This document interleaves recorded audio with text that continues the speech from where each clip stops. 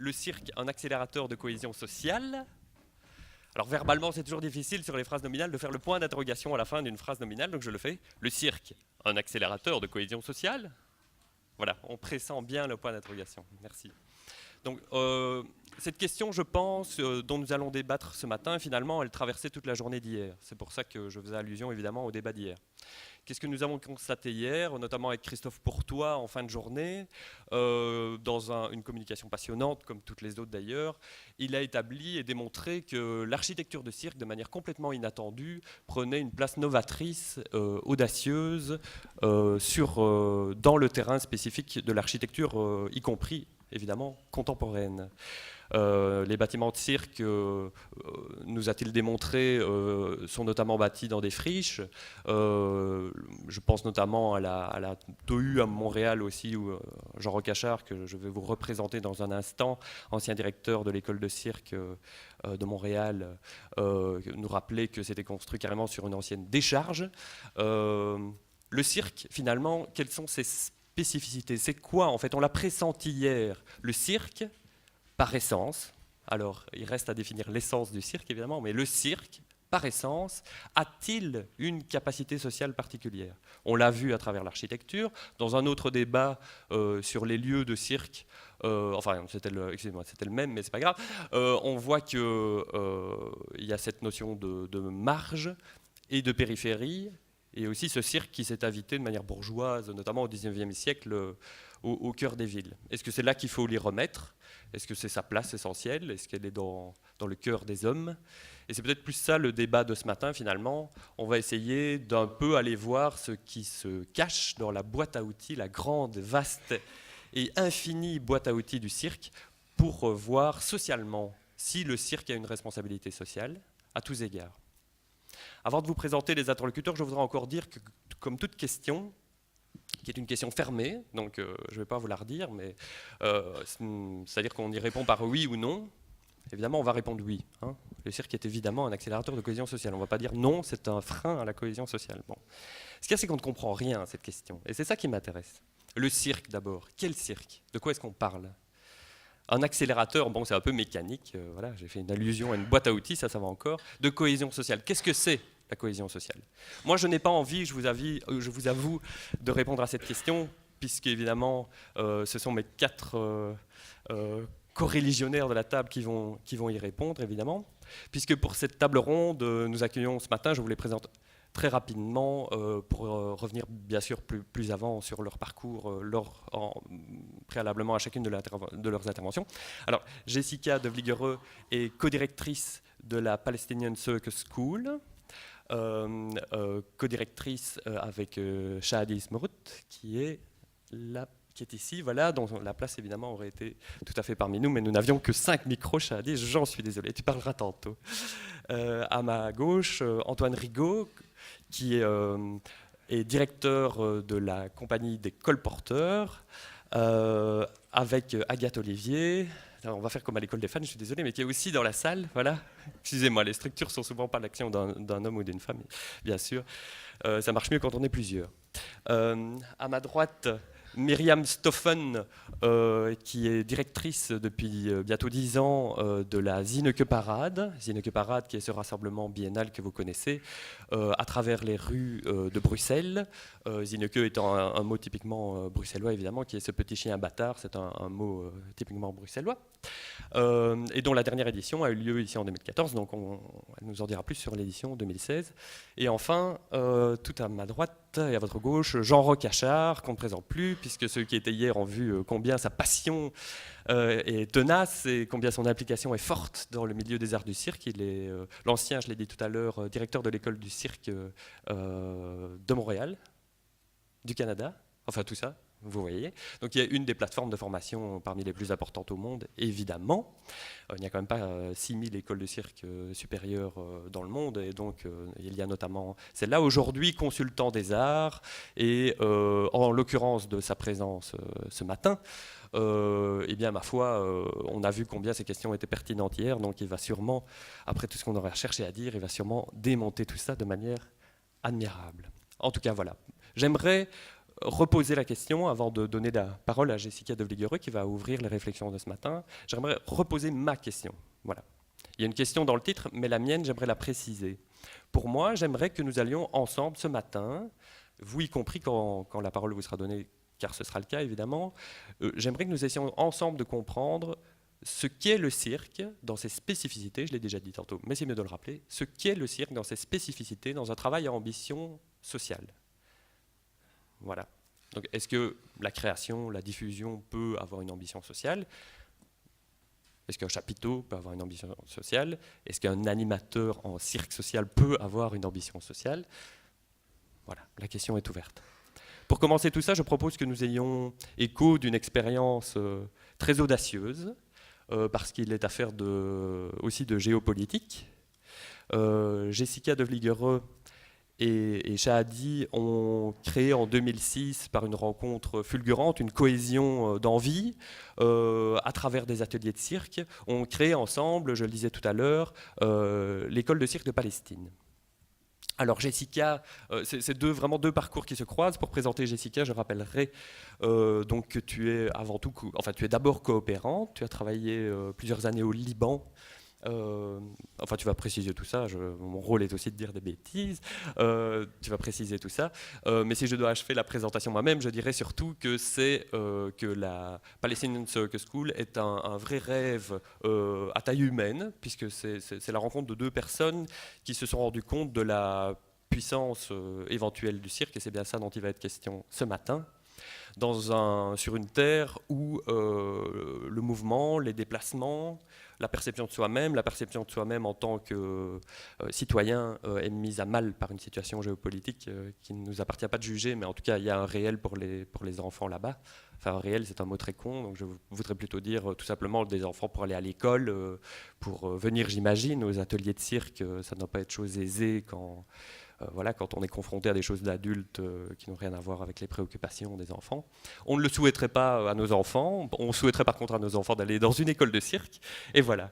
Et c'est ce que vous proposez là-bas. Donc la parole vous est donnée, elle t'est donnée, mais elle est donnée aussi à Shahadi s'il veut compléter, pour partager avec nous cette expérience-là, et en quoi le cirque représente en Palestine, je rappelle encore la question de base, un outil particulier à l'échelon social.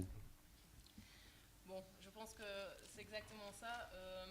En Palestine, l'école a été créée exactement sur base de ce besoin social qu'on avait très fort.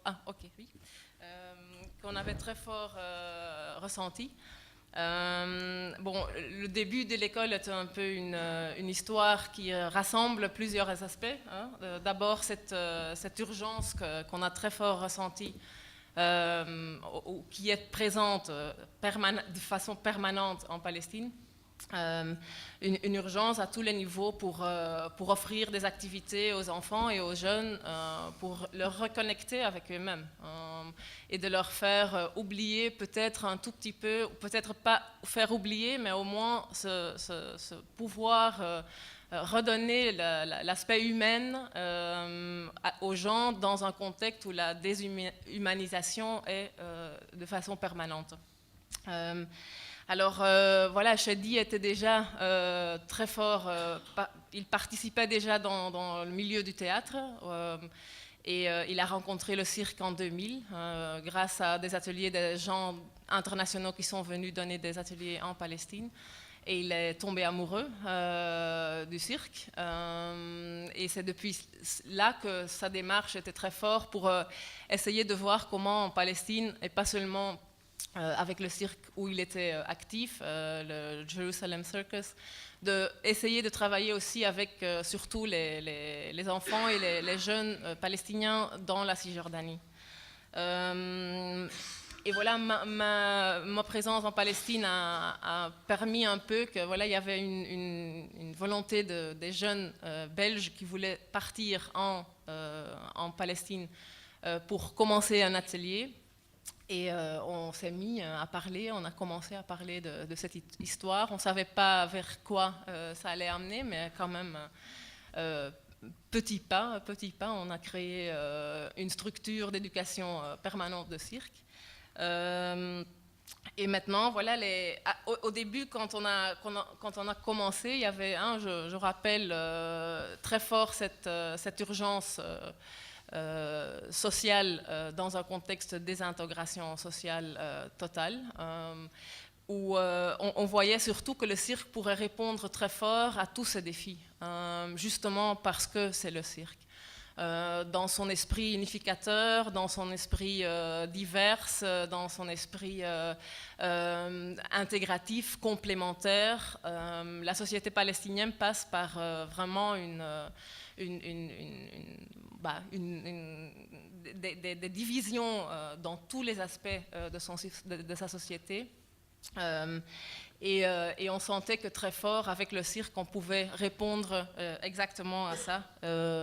Il y a tous les aspects de confiance, commencer avec la confiance propre, mais aussi l'aspect de confiance mutuelle, un aspect à nouveau en Palestine très très fort mis sous pression.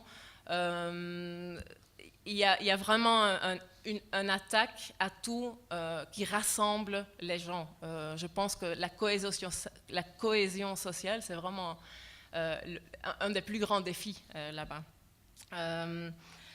À côté de ça, pour nous, c'était aussi créer un cirque, c'était aussi très très fort, donner une voix aux jeunes Palestiniens, de parler au monde, de parler d'une façon à eux, qui aussi pouvaient parler leur histoire.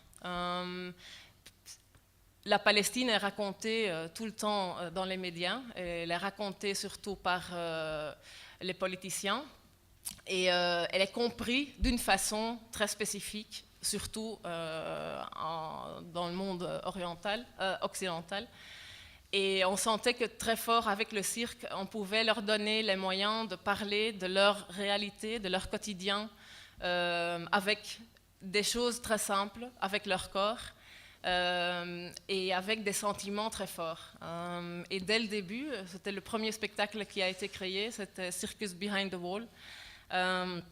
C'était un petit spectacle avec 10 jeunes jeunes, pas d'enfants, qui ont voulu, avec cette opportunité qui leur est offerte la première fois qu'on faisait un atelier de cirque en 2006, de raconter comment ça a été impossible presque de créer une école de cirque derrière le mur. Et ils ont mis tout ça en scène.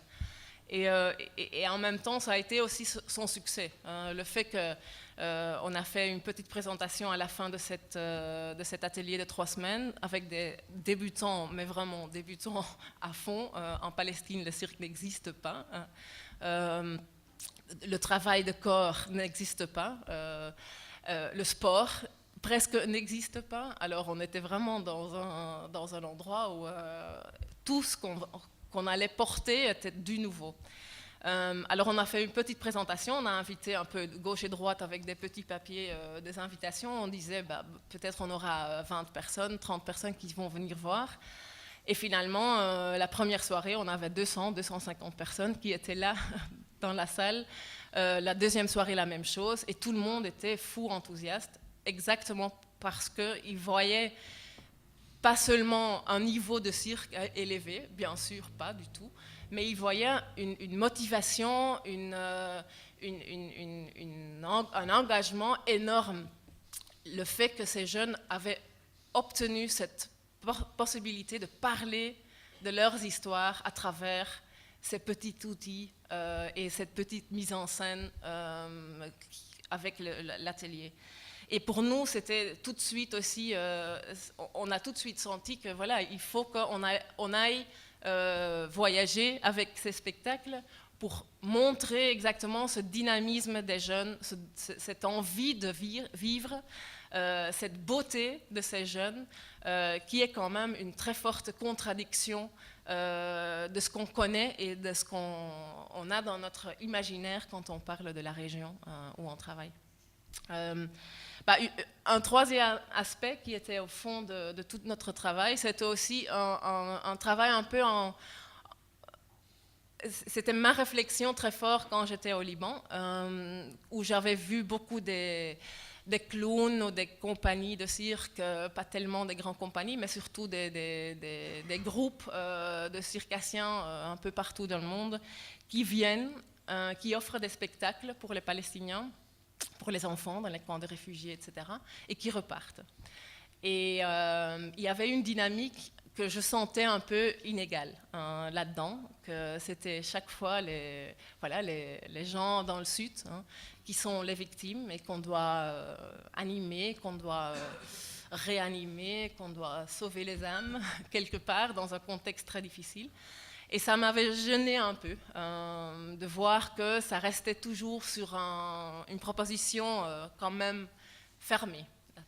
Alors pour ça, pour nous, c'était très clair que dès le début qu'on a commencé, on a dit on ne va pas créer un atelier, on ne va pas faire la possibilité de faire des gens venir et faire des spectacles ici. C'est très bien, c'est très beau, mais il faut qu'on contextualise le truc et surtout que les Palestiniens deviennent acteurs.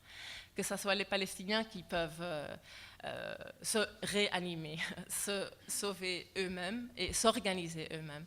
Et pour nous, c'était ça la démarche dès le début. C'était, on va créer une structure d'éducation de cirque permanente, portée par les Palestiniens. On va faire du cirque par les Palestiniens, pour les Palestiniens, et aussi pour tout le monde ailleurs.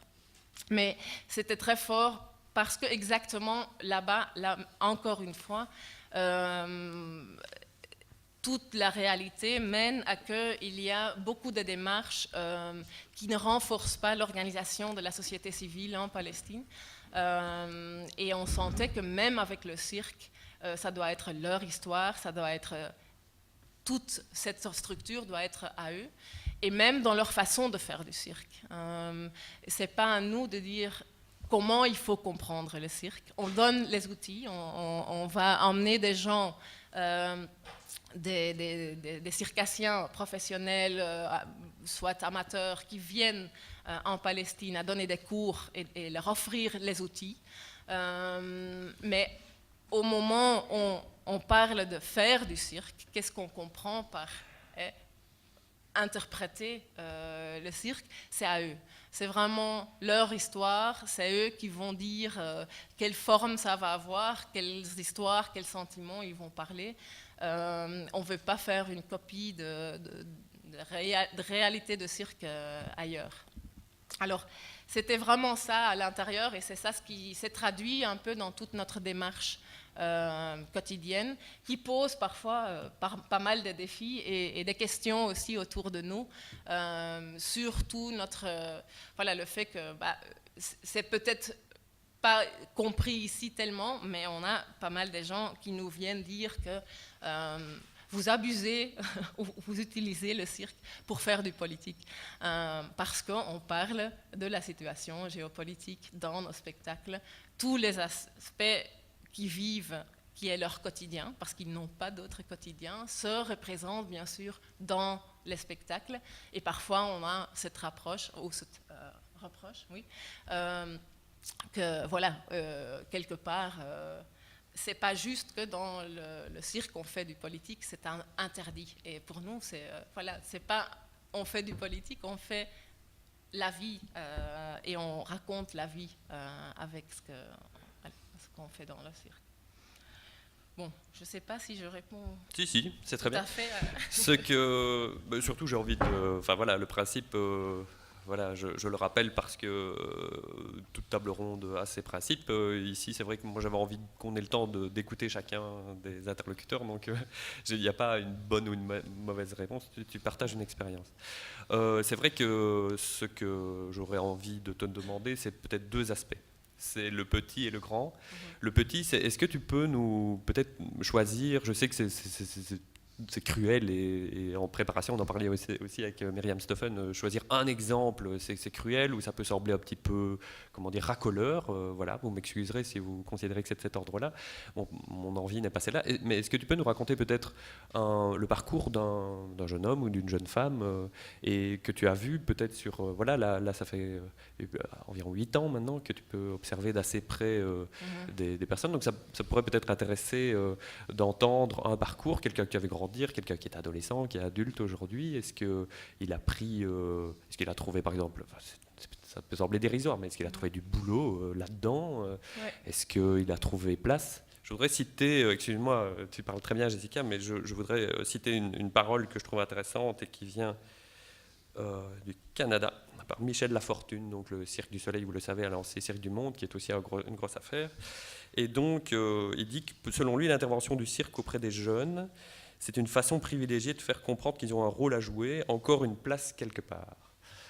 Ça peut sembler des belles phrases, mais je suis sûr que ça éveille chez toi sûrement des exemples concrets. Beaucoup. C'est dur d'en choisir une. Je pense qu'un très bel parcours, c'est un de nos professeurs. C'est le professeur responsable maintenant de l'éducation à l'école, qui a commencé avec nous vraiment comme le premier étudiant. C'est Naïef, qui a commencé à 2007 les cours. Il avait entendu qu'on faisait des petits trucs. On faisait du cirque tout d'abord dans un bar, le 3e étage sur un bar. Alors avant, on allait boire le café dans le bar, et c'est lui qui servait dans le bar. Et il racontait un tout petit peu son histoire. C'était un garçon très très timide. Il a voulu partager les cours. Il vient lui-même d'un camp de réfugiés à Al-Fara. Et finalement, il n'a jamais pu finir son baccalauréat. Il a dû vraiment vivre les conditions très dures du contexte. Et il est venu à Ramallah pour travailler, pour soutenir sa famille un peu. Et il a commencé avec nous, et très vite on a vu que c'était quelqu'un de très engagé, qu'il avait très fort envie de faire les cours. Et après un an et demi, on a eu un voyage à l'extérieur avec le spectacle de Circus Behind the Wall. C'était un des premiers qu'on est venu faire ici en Belgique. Et on a dit, on emmène Naïef aussi dans le spectacle. Et quand on est retourné, on avait besoin d'avoir quelqu'un comme professeur, parce qu'on avait commencé à donner des premiers cours. On lui a proposé, s'il n'était pas intéressé à commencer à donner des cours avec nous. À ce moment-là, on n'avait pas encore de l'argent, très très très peu. Alors on a dû on a dû négocier avec lui s'il était intéressé, mais que ça soit vraiment un minimum qu'on lui peut payer. Et en même temps, il reçoit une éducation avec nous, on l'envoie à l'extérieur, etc., etc. Et il a dit oui. Même si dans le bar, il gagnait beaucoup plus, il a dit oui parce que c'est pour ça que je veux vivre. Et c'était pas facile pour lui de raconter ça à sa famille, parce que sa famille dépend de lui aussi pour son économie. Et peu à peu, il est tombé, et il a commencé à donner des cours. Et un jour, Jean Rocachard est venu en Palestine, et on avait un atelier de planification.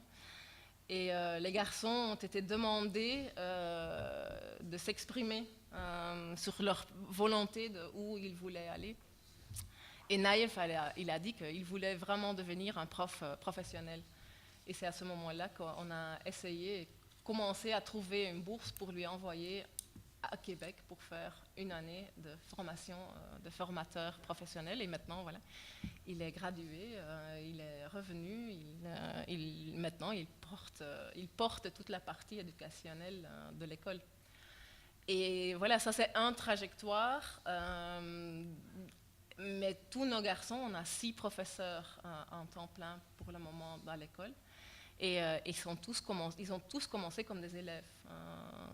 Et de différents endroits, on a 4 garçons de Jenin, on a un garçon de Hébron, Naïef d'El Fara. Alors on a vraiment, dans notre esprit unificateur, c'est très fort ça aussi. Et ils deviennent des modèles de rôle social très forts dans leur société, parce que maintenant, dans le camp de réfugiés, Naïef est devenu vraiment quelqu'un.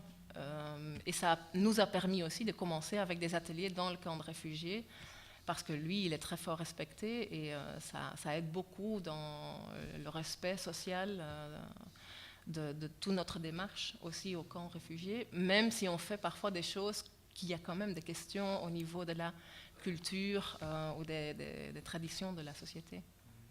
Oui, c'est vrai que c'est une question qu'on peut se poser sur l'universalité du cirque qui est souvent évoquée et qui n'est d'ailleurs plus à démontrer puisque l'histoire du cirque passe par les corps et que les corps ne sont pas une exclusivité occidentale que nous sachions en tout cas. Et donc, mais par contre, c'est vrai que oui, enfin je pense à beaucoup de choses en même temps parce que ce dont tu parles évoque énormément de choses. Je vais revenir à Bruxelles en fait une seconde.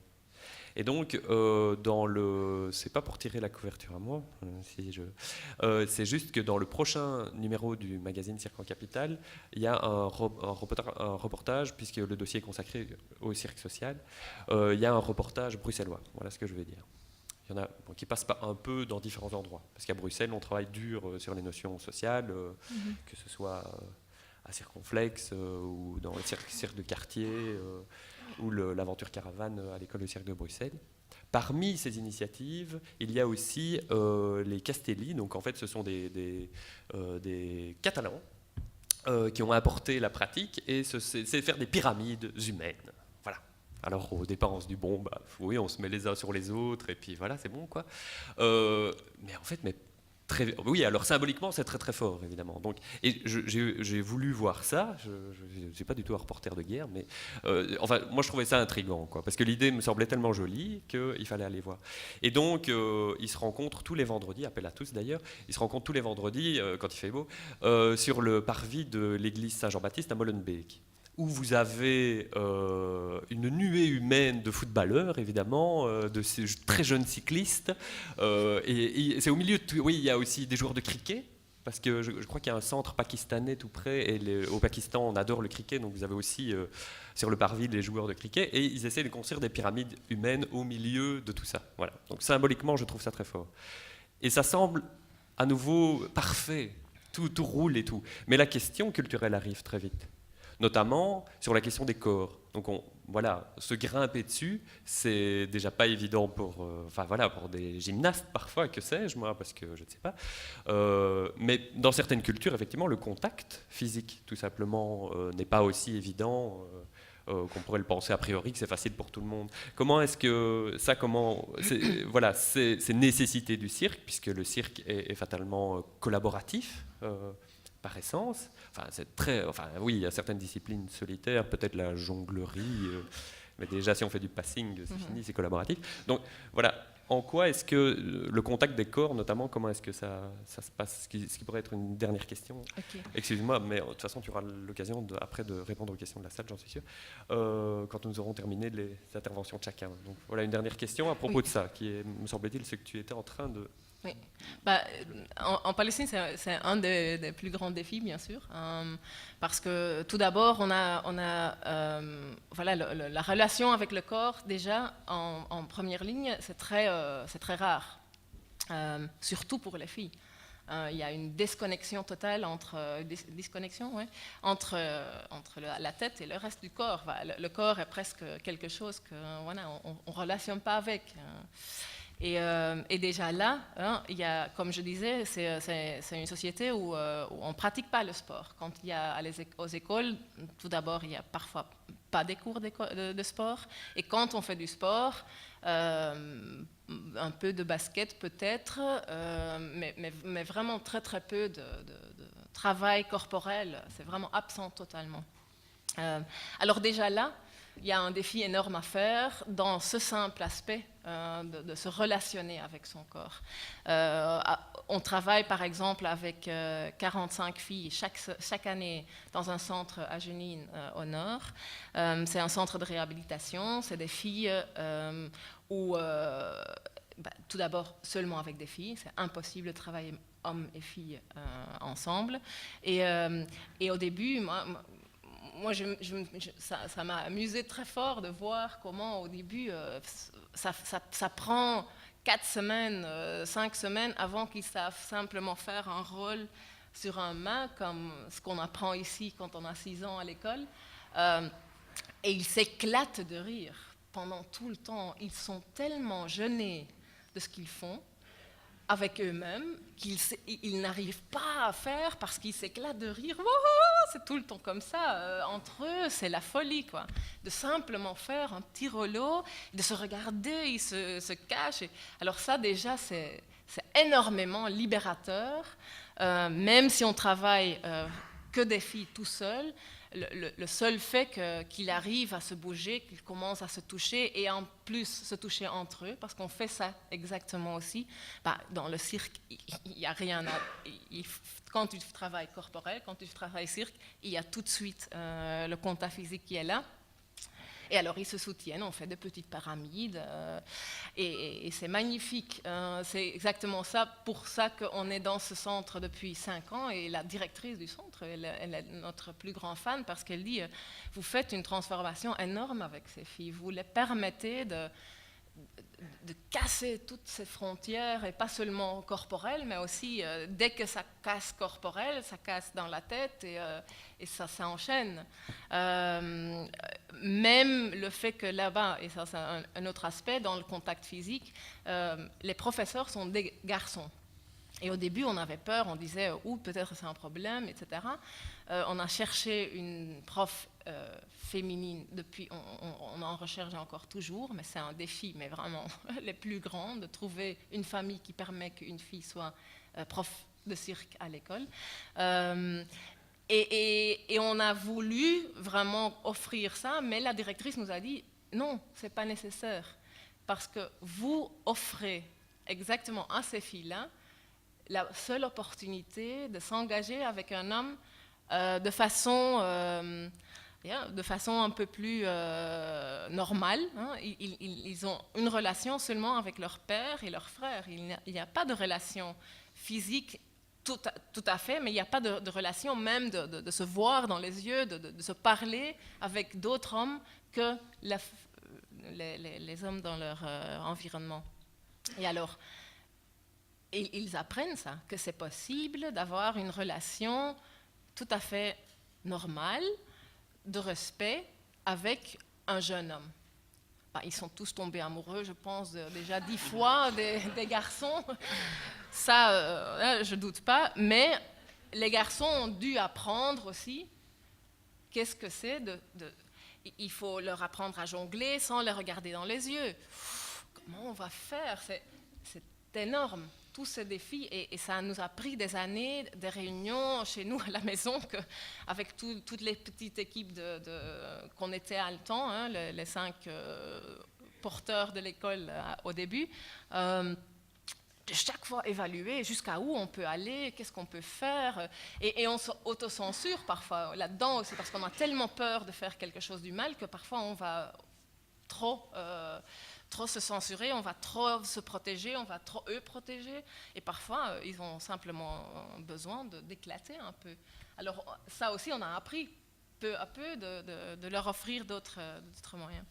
Mais ça continue à rester un défi énorme aussi pour le public, parce qu'on fait des pyramides. Voilà, j'ai des photos ici, et que je pense que voilà, une grande partie des photos que j'ai de nos... Tu ne veux pas nous les montrer ? On doit... Ah, mais il faut brancher la ferme. Ah oui, mais exactement, c'est le travail des pyramides qui est très clé dans... Moi, je t'écoute. Ouais, Moi, je voilà. t'écoute. Mais voilà, c'est vraiment... Je pourrais en parler des heures, parce qu'il y a tellement d'aspects dedans, dans tout ce travail de physique. Et je pense que voilà, il y a eu des questions des parents, parce qu'on a vraiment tous les milieux dans l'école, et surtout les milieux plus conservateurs.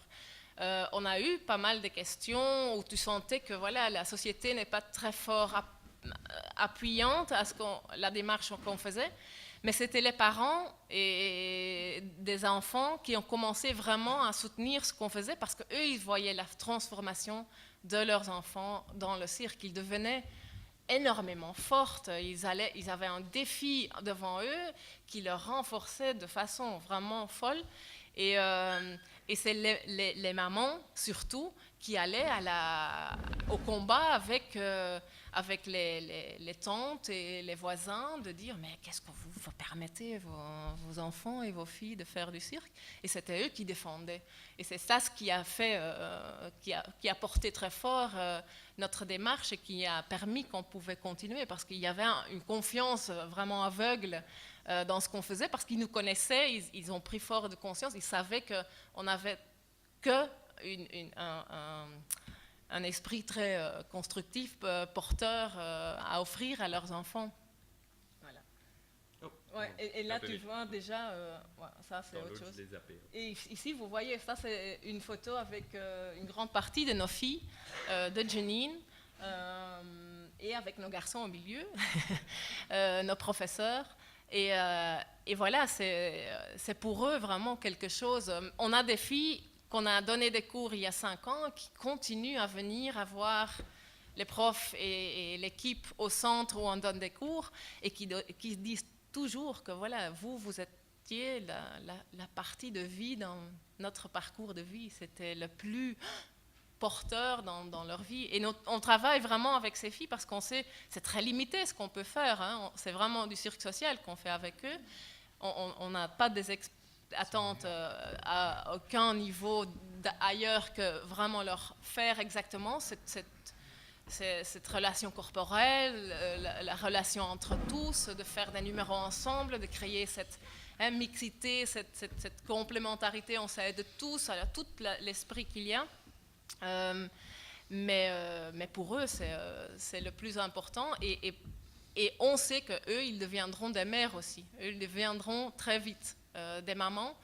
Et alors, on espère que déjà, eux, ils vont passer ou avoir peut-être un peu plus d'ouverture aussi vers leurs enfants pour leur permettre à faire des choses. Alors, on investit vraiment dans quelque chose au long terme pour voir si on peut peut-être bouger quelque chose. Bon, je vais dans tous les Merci Jessica. Hein. Bah, pas du tout. Chapeau. Hein. Bravo à toi. On peut t'applaudir, je crois.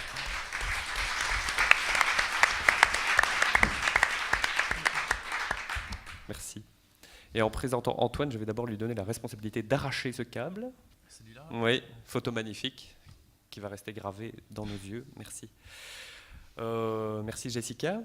Je tiens encore une fois à rappeler que tu vas sûrement répondre à des questions tout à l'heure de la salle. Je voudrais vous présenter maintenant plus avant Antoine Rigaud, à ma gauche, dont j'ai parlé tout à l'heure, puisque je vous ai déjà dit qu'il avait fondé la compagnie les colporteurs avec Agathe Olivier, qu'il a rencontré en 1979. Voilà, une belle histoire, pleine de sentiments, de tendresse et de création, puisque votre parcours prend très très vite, dès le début des années 80, un aspect international et tout-terrain, puisque vous allez notamment au Cirque du Soleil pendant quelques années.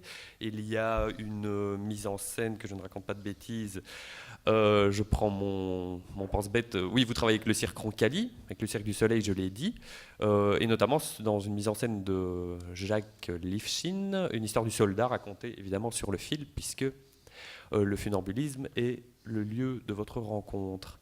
En 90, on évoquait hier la volière Dromesco. Eh bien, vous partez 4 ans en tournée à la création de la volière Dromesco. Et donc en 96, vous fondez la compagnie des colporteurs qui compte un nombre assez impressionnant de créations à ce jour. Votre conscience sociale dans la compagnie est aiguë aujourd'hui. Elle est liée notamment, et je me permettrai de le dire Antoine pour ceux qui ne le sauraient pas, elle est liée notamment à un parcours de vie qui vous concerne directement, puisque vous avez été victime d'un accident pendant la tournée du premier spectacle des colporteurs qui a changé votre vie, en tout cas, voilà, puisque vous avez perdu l'usage de vos jambes et que je pense que, enfin d'après les conversations préparatoires qu'on a eues, en tout cas, je pense que de cette difficulté personnelle, vous avez absolument transcendé l'affaire, pour utiliser un grand mot, qui est vrai. Donc voilà, c'est avec énormément de courage que les colporteurs ont poursuivi un travail qui est devenu à la limite évidemment, qui a trouvé une singularité dans un contexte, je le répète, qui aurait pu être vraiment difficile. Voilà, j'ai assez parlé. Votre travail, Antoine Rigaud, n'est pas essentiellement social au départ. Ça peut faire partie du débat, je l'ai dit en introduction, et je ne veux pas faire peser sur vos épaules ce que les colporteurs ne sont pas. Voilà, les colporteurs ne sont pas des porteurs de drapeaux, ils ne font pas du cirque social. Les colporteurs font du cirque, font de la création. Et une des données intéressantes de votre travail, également que je voudrais mentionner en introduction, c'est votre travail sous chapiteau, puisque c'est votre lieu de travail. Et je pense que pour ceux qui étaient là hier, eh bien, votre témoignage va être particulièrement aussi intéressant à cet égard. Donc voilà, donc dans comment parler des colporteurs, puisque c'est de ça qu'il s'agit, de partager cette expérience avec nous, dans l'enchâssement avec une volonté sociale. Quelle est cette, peut-être partir sur la notion de conscience, la conscience d'un cirque qui est en lien avec la société. Ah. Oui. 1, 2, 3. Moi, je suis encore sous l'émotion de tout ce que j'ai entendu. Non, mais parce que c'est ça,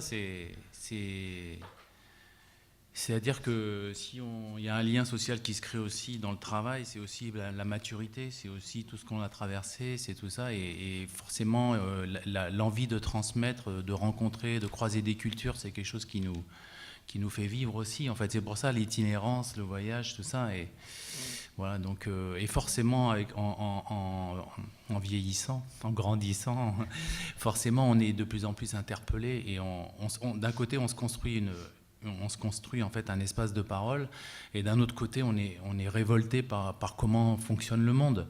Donc, évidemment, quand on raconte la vie, quand tu disais, à un moment donné, il y a des gens qui reprochent presque de raconter la vie, mais je veux dire, qu'est-ce qu'on fait si on raconte pas la vie quand on fait le spectacle? C'est essentiel, et c'est quelque chose qu'on apprend. Au début, on y arrive d'une manière insouciante dans le spectacle, je sais pas, chacun a son histoire. Bon, c'est vrai, en 79, on se posait pas ce genre de questions. Annie Fratellini, j'avais l'impression qu'elle avait...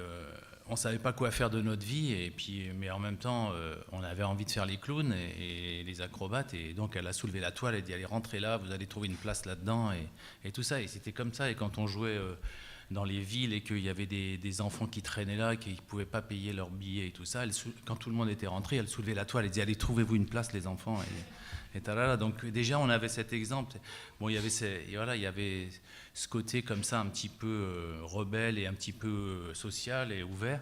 Donc il y a quand même, c'était une importance pour Annie. Et en même temps, ça se faisait d'une manière un peu en cachette, parce qu'il fallait quand même que les bourgeois payent leur place pour qu'on arrive à trouver un peu les équilibres. Donc voilà, donc on a traîné ça. Puis c'est aussi de la poésie. On posait de chapiteaux dans des quartiers, tout ça. Donc c'est quand même ça qui nous a apporté. Donc il y a forcément un lien qui s'invente, enfin qui fait son chemin aussi là-dedans.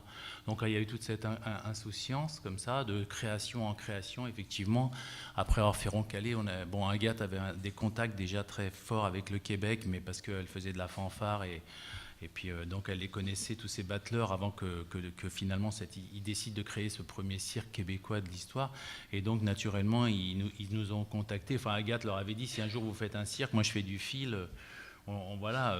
Donc c'était en 83, mais en 85 finalement, la première année, où on s'est retrouvé avec ces saltimbanques québécois pour créer cette histoire qui était assez formidable à l'époque, au tout début. Voilà, avant que... Bon, après ça s'est développé... à leur manière, et donc nous on a quitté le navire parce que artistiquement c'était moins notre manière de voir, notre vision des choses. Mais en tout cas c'était vous les avez retrouvés, je pense, hein, pour Amalona. Oui, après c'est-à-dire que quand on a joué avec la TOU, et quand ils ont découvert notre travail, là, le fil sous la neige, évidemment ils ont été très touchés par ce travail, et du coup ils nous ont demandé de créer un numéro justement sur des fils multiples avec plusieurs fils de ferris pour intégrer un spectacle. Donc oui, c'était un petit peu des retrouvailles, et puis c'était chouette de se faire inviter, de travailler avec eux, pour eux. Bon, voilà. Après bon, sur le spectacle, c'était une petite histoire. Nous, en fait, c'est comme quand on a commencé tous les deux, on a essayé de raconter, mais pas d'une manière narrative, parce que c'est ça aussi qui est intéressant avec le cirque, c'est que c'est le corps, et le corps c'est universel, et ça peut raconter des tas de choses, et tout le monde le comprend à sa manière, parce que tout le monde fait par rapport à sa propre vie, sa propre référence, va raconter la suite de l'histoire, va se l'inventer. Donc voilà, nous déjà quand on était chez Roncalli, on avait notre petite histoire. Et si ça touchait les gens, bon, c'est parce que je sais pas, parce que ça c'est quelque chose qui nous échappe. Bon, évidemment, je faisais le hautbois sur le fil, donc c'était déjà un peu étrange. Mais bon, tout ça, ça nous échappe. On fait nos histoires. Et après, on a fait Amor et Captus, le premier spectacle en fait avant Filao, parce que l'accident, je l'ai eu à Filao. Et Amor et Captus, c'est vrai que le fil, du coup, la fragilité, c'est un peu notre histoire, parce que quand on s'est rencontrés, je faisais le clown chez Annie, je faisais le burlesque, et quand Agathe est arrivée avec son numéro, il a fallu que j'apprenne un peu le fil pour faire une introduction à son numéro. Donc forcément, c'est Agathe qui a été ma professeure. Et quand on s'est presque rencontrés sur le fil. Donc quand on se rencontre sur un espace qui fait 12 mm de diamètre, on ne peut pas se louper en fait. À un moment donné, on se dit, bah tiens, si on essayait, comment on fait pour passer de l'autre côté en fait? Voilà, c'est ça. Donc il faut trouver la combine pour faire ce petit pas de valse qui va permettre à l'autre de continuer son chemin. Puis à peine on est passé, finalement on se retourne, puis on a envie de recommencer, quoi. Donc voilà, c'est ça l'histoire. Et donc c'est un côté comme ça poétique de lien, de fragilité, et qui racontait, malgré nous, toute la difficulté et tout le bonheur d'une relation entre un homme et une femme, en fait. Donc quand on a fait Amor et Captus, ce spectacle de 45 minutes à peu près, qui se passait sur un plateau de théâtre, juste un fil, 2 pendrillons, et puis un musicien multi-instrumentiste qui accompagnait la situation, et ben là, chacun pouvait puiser dans les situations qu'on racontait. Enfin, ça résonnait, parce que les gens venaient nous voir après, ils disaient, ouais, quand il s'est passé ça, moi ça m'a raconté mon histoire, quand il s'est passé ça, voilà. Donc en fait, il y a comme ça cette force du physique, du cirque, et puis le fil, là, qui est un passeur comme ça d'émotions, et qui est très fort, cette fragilité, voilà, tout ça. Donc voilà, ça c'est un peu l'histoire comme ça, et donc du coup les colporteurs partent, et après juste pour répondre par rapport aux liens qui se créent, donc moi j'avais noté en fait, effectivement c'est la maturité, bon, il y a l'histoire de l'accident, mais c'est aussi, j'ai envie de dire, cet engagement, au bout d'un moment on prend conscience de cet espace de parole, et on se sent presque une responsabilité. On ne peut pas faire juste de l'entertainment, je veux dire, on peut pas, ça ne marche pas comme ça, quoi. Bon, évidemment on a croisé le Théâtre de l'Unité, à qui on a demandé de faire la mise en scène, bon, ce projet que voulait porter Agathe depuis son enfance, en fait, depuis ce disque de vinyle qu'on a à la maison avec la musique, et puis Jean Cocteau qui raconte l'histoire du soldat. Bon, c'était un travail de très tôt, il y avait des acrobates, donc il y avait cette envie de faire ça. Et voilà, donc c'est sûr que Jacques, c'est des personnes très engagées, et aussi toutes ces pièces déjà racontent quelque chose d'universel, et questionnent des choses sur cette société qui nous mange, et cette richesse, cette fausse richesse qui se développe, et puis à côté de la vraie richesse qui est l'humain, en fait, tout ça. Donc voilà, donc forcément en croisant, donc on retrouve les gens avec qui on veut travailler, pourquoi on fait ce métier-là aussi, donc ça se croise. Donc évidemment, plus on avance, avec plus on a envie d'exprimer des choses, mais en même temps, le langage du corps, justement, nous évite le côté trop narratif et trop voilà, de l'histoire, et finalement c'est des touches comme ça, et puis le public se raconte les choses. Et ce qui est très intéressant, c'est que souvent le cirque, c'est les enfants qui emmènent leurs parents indirectement, c'est-à-dire que les parents amènent leurs enfants au cirque, et puis en fait ils se font attraper par le spectacle eux-mêmes. Donc ça c'est vraiment formidable. Nous, c'est toujours les retours qu'on a dans nos spectacles, c'est que les gens viennent nous voir et disent, bon, et j'adore moi les dimanches après-midi parce que c'est très familial, donc là c'est souvent des gens qui seraient jamais venus au spectacle qui sont là, mais ils amènent leurs enfants, et là tout d'un coup ils disent mais c'est voilà, ils ont, bon voilà, à travers ce qu'on a mis dans nos spectacles, et ben ils se sentent touchés, concernés, et ils viennent nous le dire, quoi. Donc c'est toujours très fort. Et puis après, donc voilà, donc à ce côté-là, après j'avais noté que, c'est-à-dire il y a l'histoire de l'itinérance, comme tu disais. Bon, bah, évidemment, comme il y a moins de moyens et tout ça, mais là j'en ai parlé un tout petit peu hier, donc on essaye de réinventer ça, et il faut prendre le temps de se poser, et là d'inventer les choses, et là aussi des croisements se font, et là avec les structures associatives qui travaillent avec les théâtres, et tout ça, s'il y a une volonté, il y a moyen d'ouvrir quelque chose de vraiment très très intéressant. Donc on a eu la chance d'avoir des expériences qui ont permis de faire ces croisements-là. Et là, du coup, l'espace de parole s'ouvre encore d'une manière encore plus large et implique d'autres gens. Et là, il y a aussi des cabarets qui se font avec les petites écoles. Enfin, il y a des tas de choses. Et là, justement, des gens qui tout d'un coup sont mis en valeur, enfin, disons, commencent à exister de par eux-mêmes et tout ça. Et là, on sent l'impact social quand on est dans des quartiers, tout ça. Enfin, c'est vraiment intéressant d'ouvrir notre espace. Non, on n'est pas des élites, des trucs. Non, on ouvre nos chapiteaux et il se passe des choses vraiment très puissantes. Et voilà, donc on sait que là, il y a des petites graines qui se barrent et c'est vraiment chouette.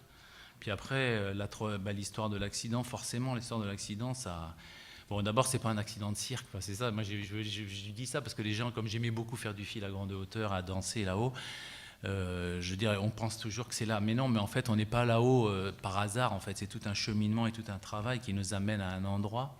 Et donc, finalement, on se retrouve dans un endroit où on prend très, très peu de risques, même si c'est quelque chose de dangereux. Finalement, c'est pas là qu'on prend vraiment le plus de risques, en fait. Puisque tout ça, ça n'arrive pas... Tout ça, c'est calculé, c'est très intelligent, c'est travaillé, c'est tout ça. Par contre, voilà, quand on fait les fous et qu'on s'amuse et qu'il y a c'est là où ça peut être, ou alors quand on traverse la rue en discutant, je veux dire, bon voilà, ou les accidents stupides, c'est toujours des concours de circonstances stupides qui font que. Donc moi ça s'est fait dans la mer, j'ai bêtement plongé, un mauvais réflexe dans un endroit où il n'y avait pas assez d'eau et je me suis cassé le cou. Donc voilà, c'est vraiment le paradoxe de l'acrobate.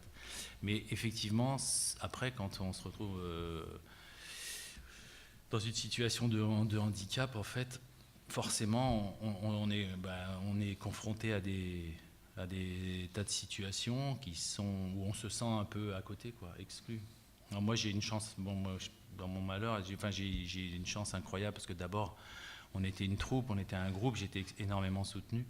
Et puis après, après j'ai découvert, parce que c'est dans des moments extrêmes comme ceux-là qu'on se découvre soi-même. Et là, j'ai découvert des énergies qui m'ont permis de me remettre debout. Après, il y a tout ce travail, ces 30 ans d'activité physique de haut niveau qui m'ont aussi sans doute remis debout et tout ça.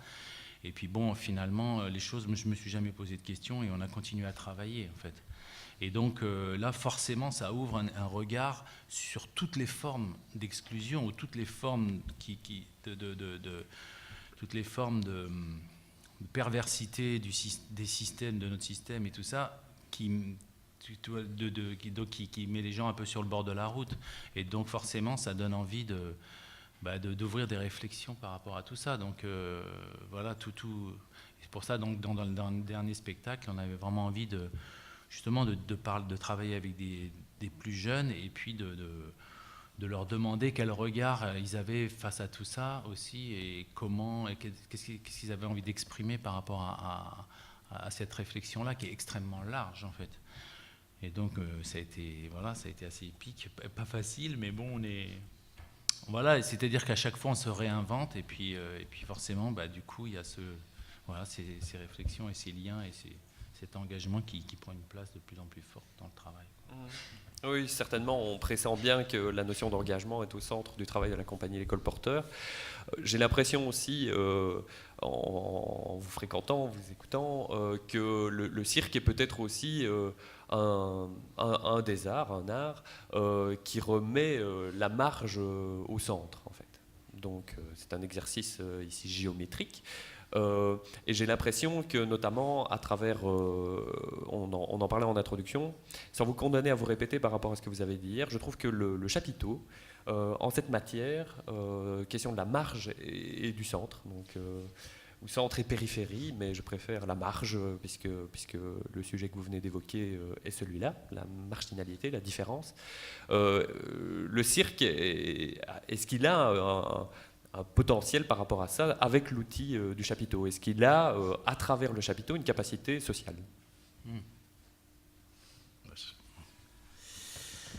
Non, mais c'est clair que le chapiteau, je veux dire, déjà, le premier camion, quand il arrive sur la place, les curieux sortent et viennent voir ce qui se passe. C'est vrai qu'il y a un espèce de réflexe par rapport aux caravanes, par rapport à tout ça, qui est un peu négatif au départ. Mais finalement, c'est le contraire qui se passe. C'est dans la tête souvent des politiques. Parce que c'est ça, c'est vrai que le cirque a été repoussé sur les périphéries de plus en plus. Mais en réalité, c'est un endroit qui mélange tous les niveaux, sociaux, quoi, tous les niveaux de la société, parce que tous les âges en fait.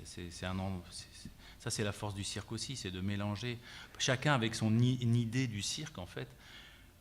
Mais pour ça, il faut le faire exister, il faut le montrer, il faut le mettre à un endroit central, il faut le poser, quoi. Donc, non, c'est évident.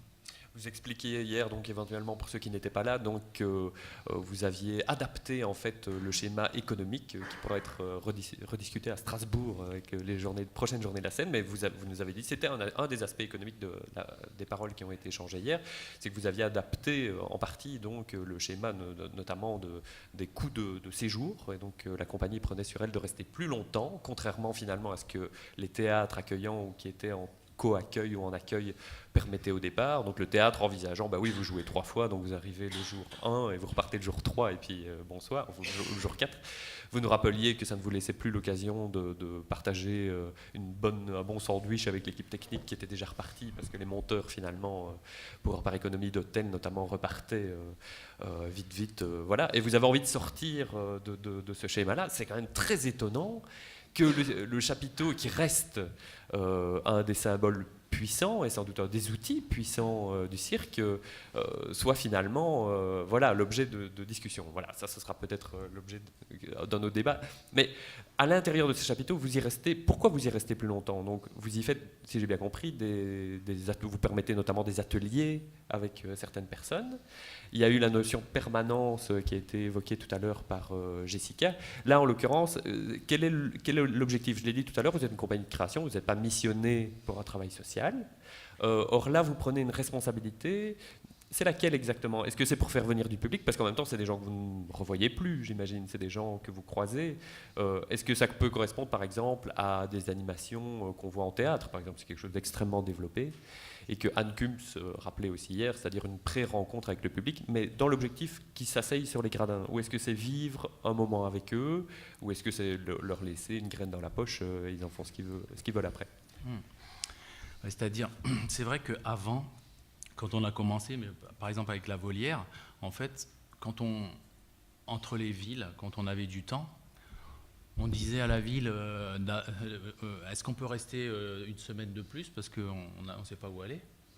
Et on disait à la ville d'après, est-ce qu'on peut arriver une semaine plus tôt parce qu'on ne sait pas où aller? Et on était toujours accueillis en fait. Il n'y avait pas de problème. Je dirais qu'il n'y avait pas de. Donc on s'installait et là, là on s'entraînait, on travaillait, on cherchait, puis bon, arrivait le moment du spectacle. Donc déjà il y avait une espèce de. Il y a déjà une rencontre de fête complètement informelle qui se faisait avec la population en fait. Alors c'est ça, c'est l'idée de faire des ateliers et tout ça, c'est pas forcément une volonté. Et d'ailleurs, souvent les artistes n'ont pas spécialement envie de le faire ou ne savent pas le faire. C'est pas forcément des vocations et tout ça. Mais ça, c'est des propositions qu'on a faites. Bon, parce que nous, personnellement, après, on peut aimer faire ça.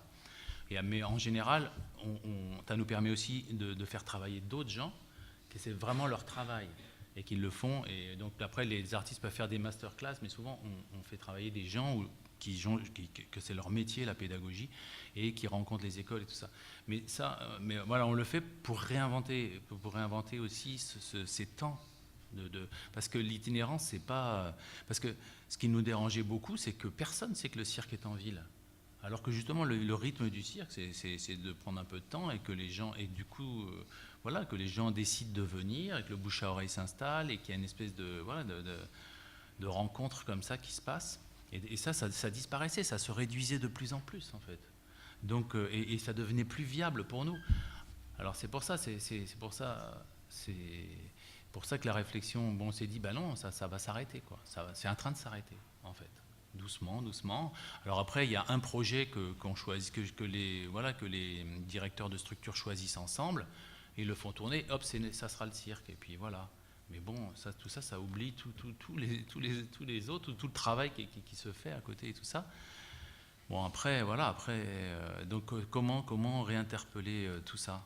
Donc forcément, c'est pas une volonté spécialement de faire tous ces ateliers, mais en même temps, du coup, ça devient intéressant parce qu'on invente des choses. Donc comme je disais, on a décidé de se construire un petit chapiteau, bar, resto, parce qu'il y avait toujours ce problème pas d'endroit pour voir le public avant et après. Dans notre chapiteau, il n'y a pas cet espace-là. C'est le spectacle, donc tout est pris. Donc on a fait et du coup dans ce petit chapiteau, voilà, on peut avoir une petite scène, accueillir, inventer plein de choses, même faire. Enfin voilà, après c'est les idées et après donc voilà, non mais c'est pour ça, c'est ce que je veux dire, c'est que au départ, c'était complètement improvisé et il n'y avait pas de souci. Maintenant, il faut restructurer, faut avoir des propositions concrètes pour essayer de réouvrir ces temps qui sont plus liés, qui sont plus justes par rapport à l'itinérance et qui permettent de rencontrer des gens. Et c'est là, comme je disais, la Musso Fernandez, donc Christian, qui est rentré complètement dans l'histoire, qui a vraiment adhéré à cette idée. Donc à Angers, j'ai raconté hier, et ça a été finalement, non seulement ça n'a pas pris le public du théâtre, même si on est resté plus longtemps, le spectacle au théâtre, à un moment donné on était en doublon avec des spectacles, mais ça n'a pas, mais ça a fait venir des gens qui ont découvert le théâtre en fait. Donc voilà, donc finalement tout le monde a été gagnant dans cette histoire. Alors après, ce qui est plus compliqué, je dirais juste, c'est les équipes avec qui, nos équipes à nous, les artistes, comment ils ont envie de s'engager dans des histoires comme ça, comment ils ont envie parce qu'évidemment, on ne peut pas se payer tous les jours, on ne peut pas se défrayer tous les jours, on revient à un fonctionnement plus ancien, tu vois, on n'est pas toujours pris en charge. On ne fait pas juste son spectacle et puis c'est fini. Non, il faut s'engager aussi dans le montage, il faut réduire les coûts. Donc comment on réorganise ça et on revient à une forme un peu plus, entre guillemets, traditionnelle, mais voilà, et un engagement beaucoup plus large, beaucoup plus concret dans l'histoire. Et ça, c'est pas forcément évident parce qu'aujourd'hui, avec la précarité et les problèmes de boulot, en fait, tous les jeunes sont sur 25 projets à la fois, ils veulent tout faire. Ça pose des tas de questions, quoi, tout ça. Et donc c'est intéressant, mais compliqué. Okay. Je suis sûr que ça a inspiré des questions on va essayer de laisser la parole évidemment à chacun. Je pense qu'Antoine Rigaud, et ça vous réveillera d'ailleurs, mérite les plus grands applaudissements. Merci pour lui.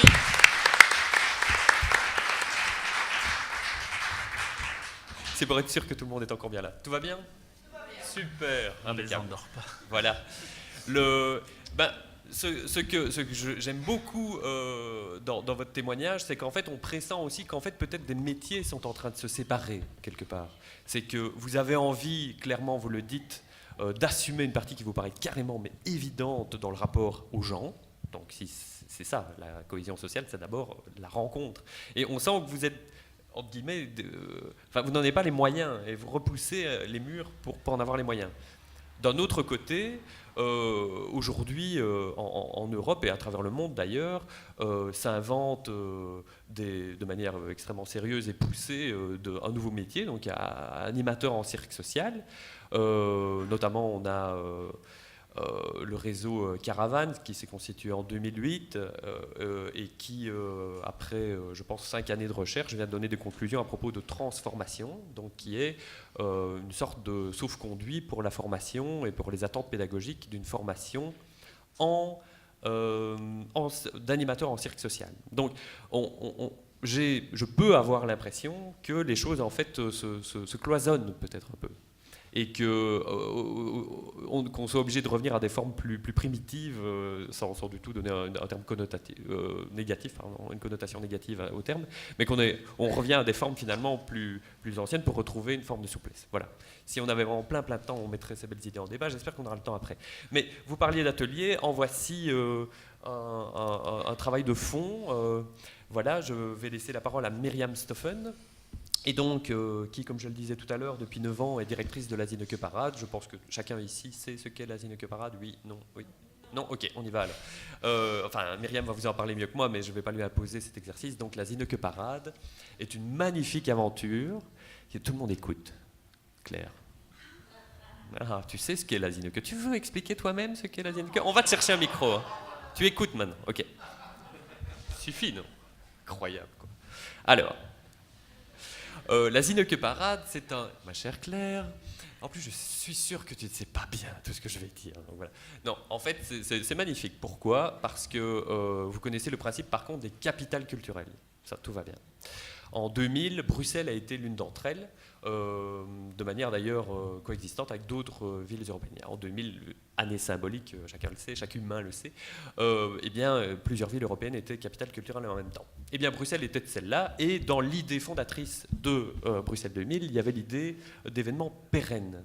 C'est-à-dire que ce ne soit pas un événement comme ça, c'est d'ailleurs quelque chose qui est aujourd'hui beaucoup plus actif dans nos esprits, 15 ans après, 14 ans après, mais à l'époque, on était plutôt dans la logique de l'événement. Aujourd'hui, c'est sûr qu'on essaye, le durable et tout ça, y compris dans le monde culturel, a fait son chemin. À l'époque, c'était moins le cas. Bruxelles 2000 décide de dire « nous allons soutenir des choses dont vous allez nous prouver la reproductibilité ». Il y en a eu très peu, pour être franc, mais parmi celles-là, il y a eu la Zinneke Parade, donc qui doit directement son existence au projet philosophique de Bruxelles 2000. Donc, est-ce que ça a été annuel, Myriam? Excusez-moi, soufflez-moi. Non, ça a tout de suite été biennal, d'accord. Et donc, je dis encore un mot parce que franchement, je ne vais pas vous obliger à résumer ça. Donc, pendant 2 ans, dans les 19 ou à peu près communes de Bruxelles, des amateurs travaillent animés, enfin, dans leur recherche par des professionnels de la culture et travaillent sur donc, ce qu'on appelle des inodes, qui sont des parades, des cortèges, des bouts de cortège. Et puis, un jour, après cela, il y a le cortège qui sillonne les villes. Donc on peut se dire, oui, mais bon, c'est un cortège, et puis voilà. Non, mais c'est pas du tout ça dont on va parler. Ce dont on va parler, c'est que ça met 2 ans de travail. Qu'est-ce que ça signifie plonger les 2 mains dans cette idée-là? Qu'est-ce qui soutient l'idée derrière de donner accès à cette parade à des gens, à des enfants, à des adultes, à des amateurs? Donc ça regroupe à peu près 2000 participants. Et il y a à peu près 200 artistes. Derrière, 200 artistes, je ne sais pas comment on dit, derrière. Dire aussi peut-être, pour vous présenter, Myriam, que si on avait envie de vous accueillir ce matin, ce ne sont pas pour votre spécialité circassienne, puisque voilà, on ne va pas vous imposer ça, puisque vous êtes directrice de quelque chose qui contient une multitude des arts. Et donc, par avance, je veux dire à l'audience que donc, ce qui va être question ici, c'est pas tant les spécificités du cirque, même si c'est ça le thème, mais c'est peut-être au sein. Là, on va peut-être. Je voudrais, en tout cas, que vous nous parliez de cette idée de rencontre entre l'amateur et la pratique artistique. Voilà. Et qu'est-ce que ça lui apporte? Puisque là, je dois bien admettre qu'il ne s'agit pas de faire la démonstration de l'acuité sociale de la Zinneke Parade. Chacun conviendra que réunir 2000 personnes pour une parade avec de la créativité de A à Z, voilà, l'effet social est visible. Toutefois, quelles idées, quelle philosophie sous-tend ce projet? Merci. Donc en effet, mes connaissances en termes du secteur du cirque est trop limitée, donc je suis vraiment très honorée d'être entourée d'ailleurs par ces belles personnes qui ont nous appris la parole et d'autres qui vont le faire probablement.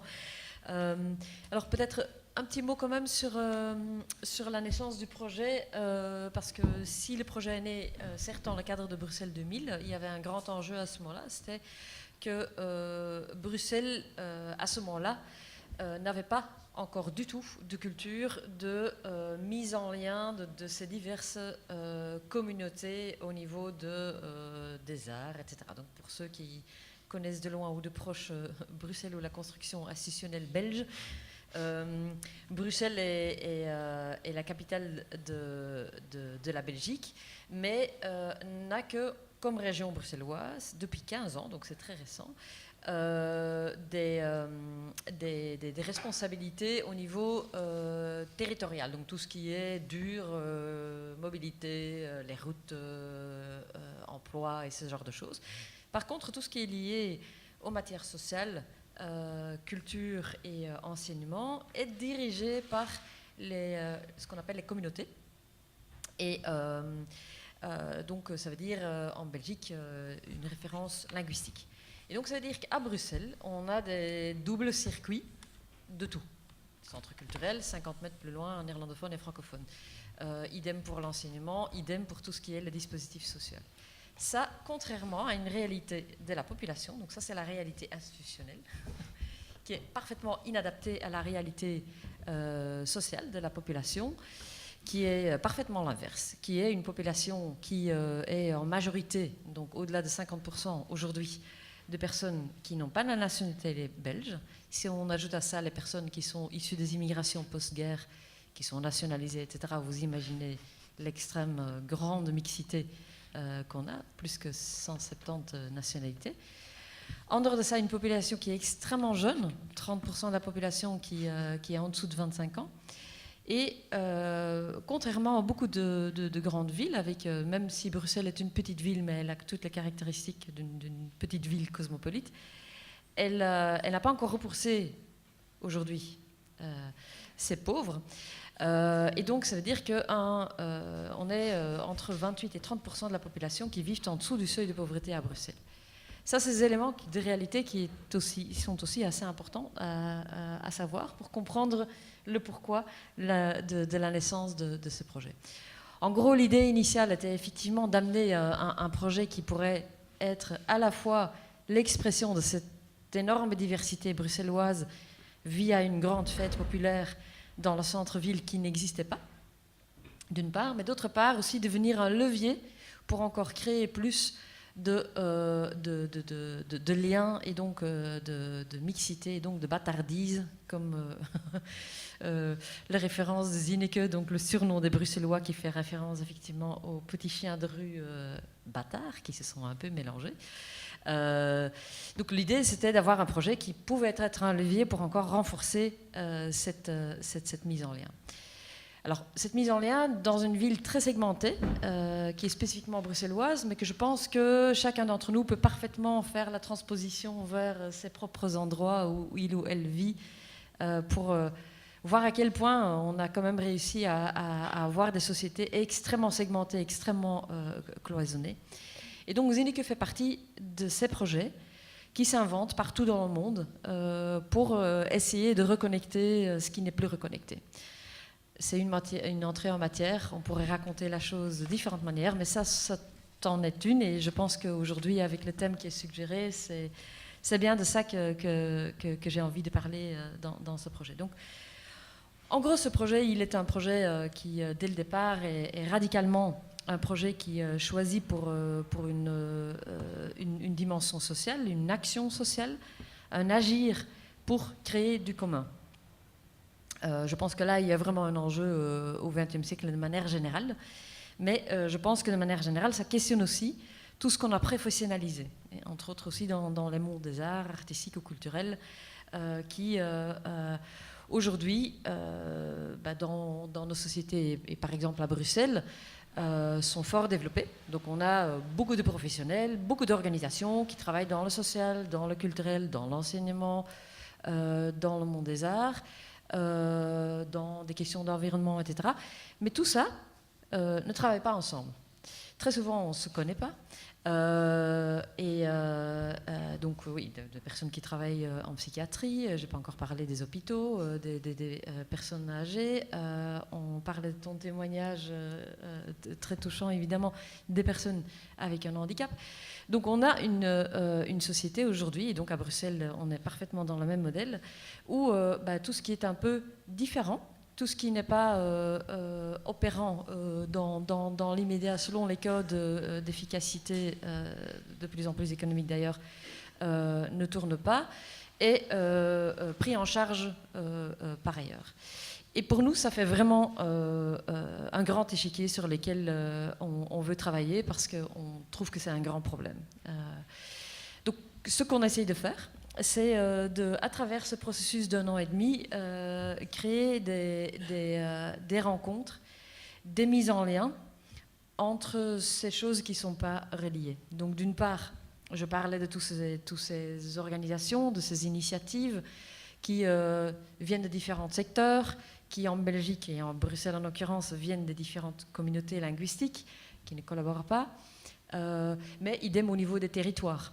Il y en a qui travaillent très localement, il y en a qui travaillent plutôt sur le niveau régional, il y en a qui travaillent au niveau de pays ou mondial. Et là aussi, des liens sont intéressants à explorer. Idem pour tous les réseaux et les initiatives très institutionnalisées, très formalisées et des initiatives très informelles.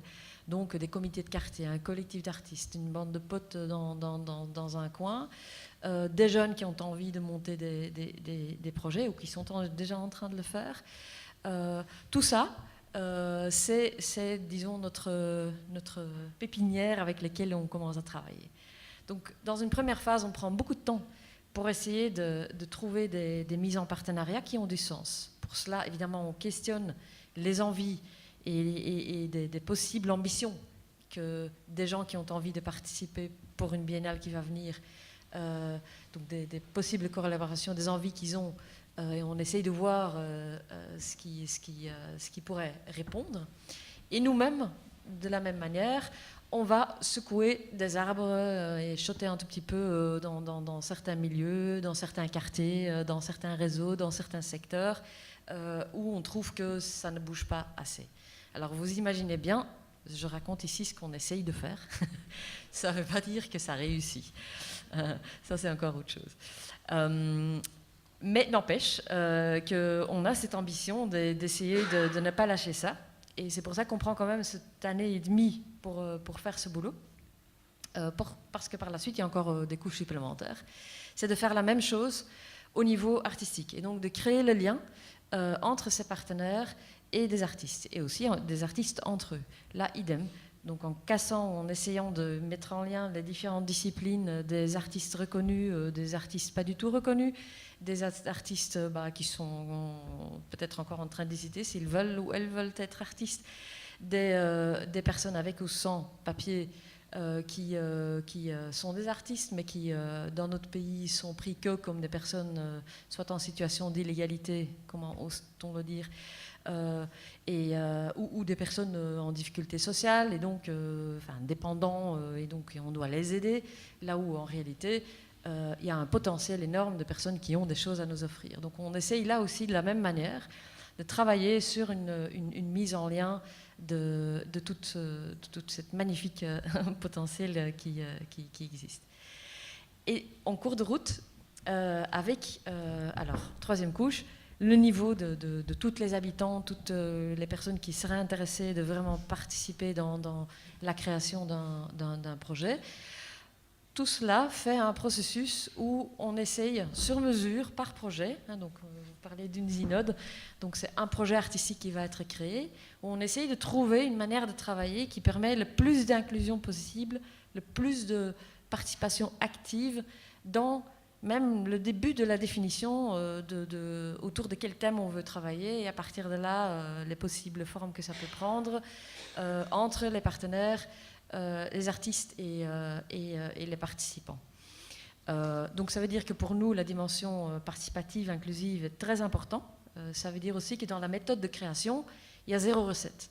Tout est à inventer, on essaye, et là aussi, de la même manière, des choses parfois magnifiques se passent, et parfois, on se plante. Oui, mais il y a surtout des choses qu'on peut montrer en plus. C'est ça qui est génial, mais je ne sais pas quel est le bon fichier que je dois aller voir dans ton disque dur pour être franc.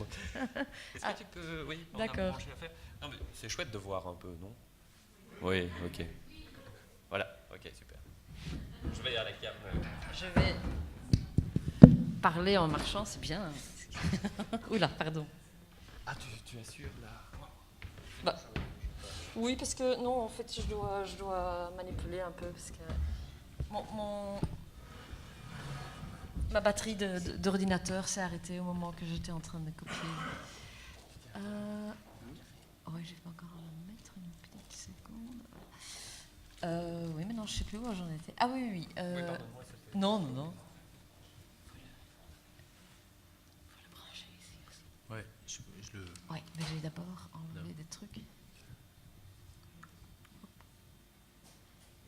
Si tu veux. Ouais, tu peux le mettre comme ça. Voilà. Ouais, je laisserai filer ça un tout petit peu. Mais donc, le résultat final de tout ça, donc c'est beaucoup de temps, d'une part, qu'on essaye de donner, mais en fait un processus dans lequel, à la fois, il y a cette envie de de mettre en route un processus où on essaye d'accompagner les gens pour apprendre à se rencontrer, à se parler, à partir de là, s'imaginer un projet ensemble, ça veut dire apprendre à discuter, à décider.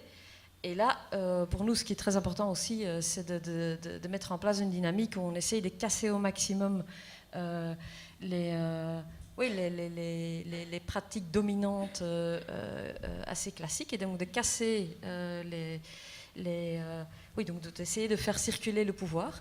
Donc autrement dit, c'est pas la personne qui maîtrise bien la langue ou qui est le professionnel qui sera la personne qui va nécessairement mener une réunion, être la personne qui prend les décisions.